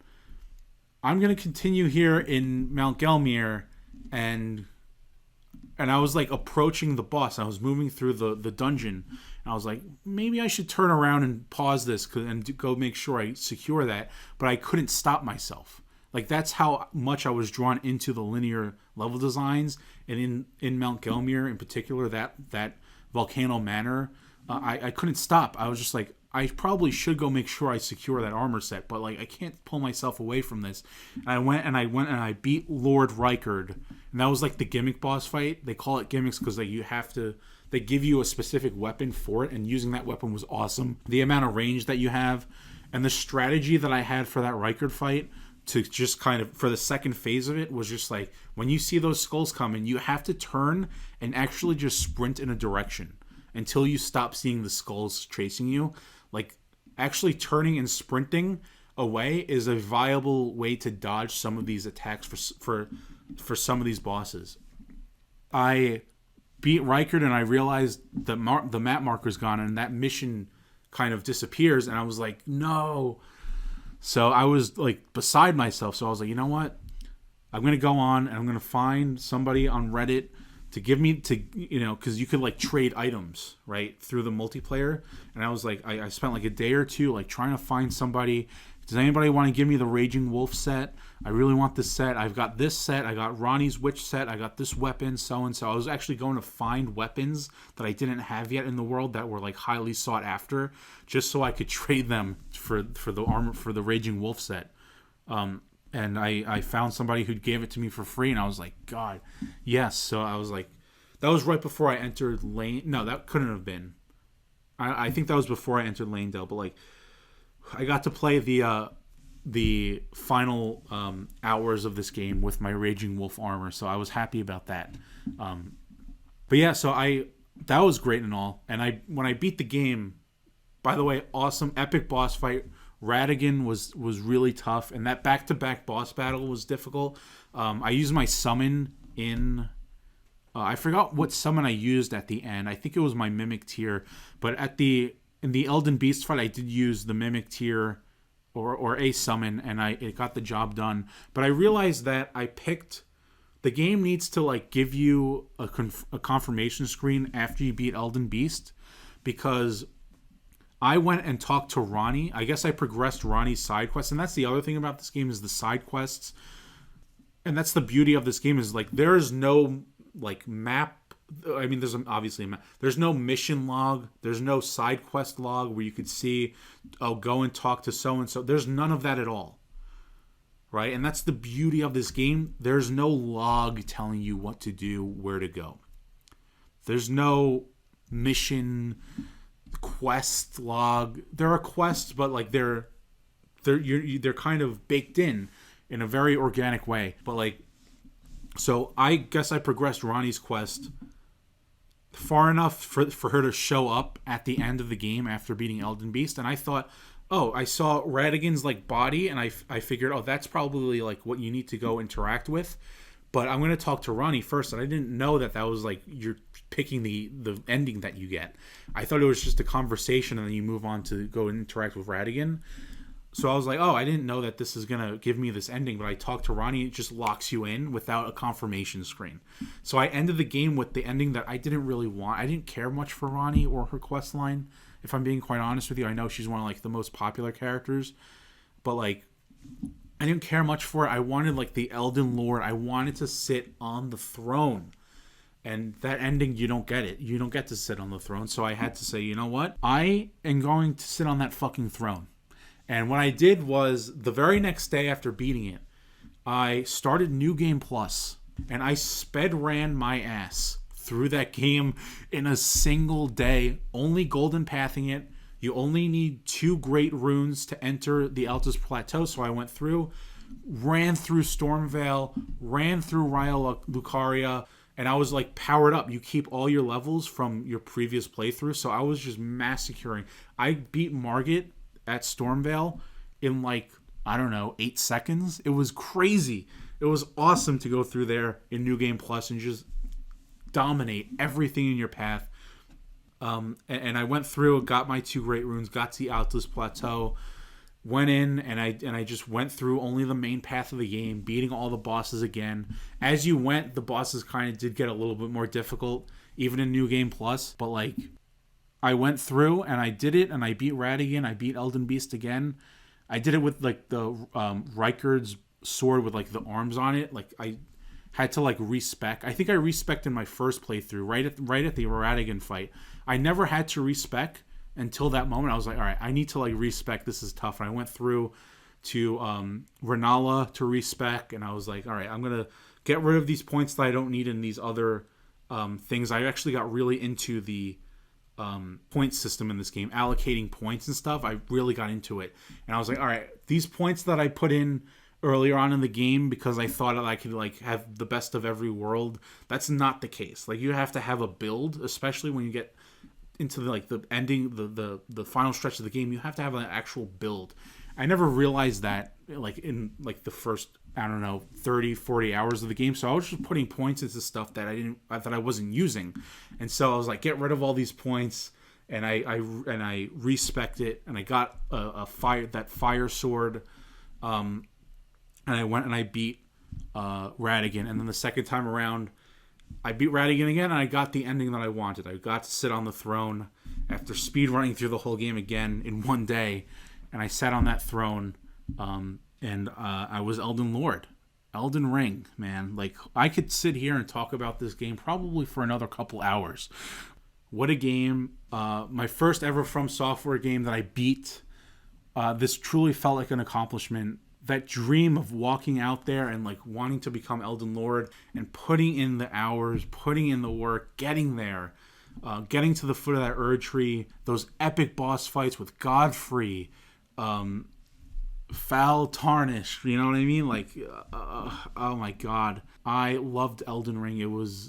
It's my game of the year. Holy shit, you know, the just the organic nature of you just go, you figure it out. There's no waypoints. There you get like the grace of gold that like points in a general direction, and you just go. You figure it out, and you just become Elden Lord. Like, what a fucking game. All these games were amazing on this list. What a year for games.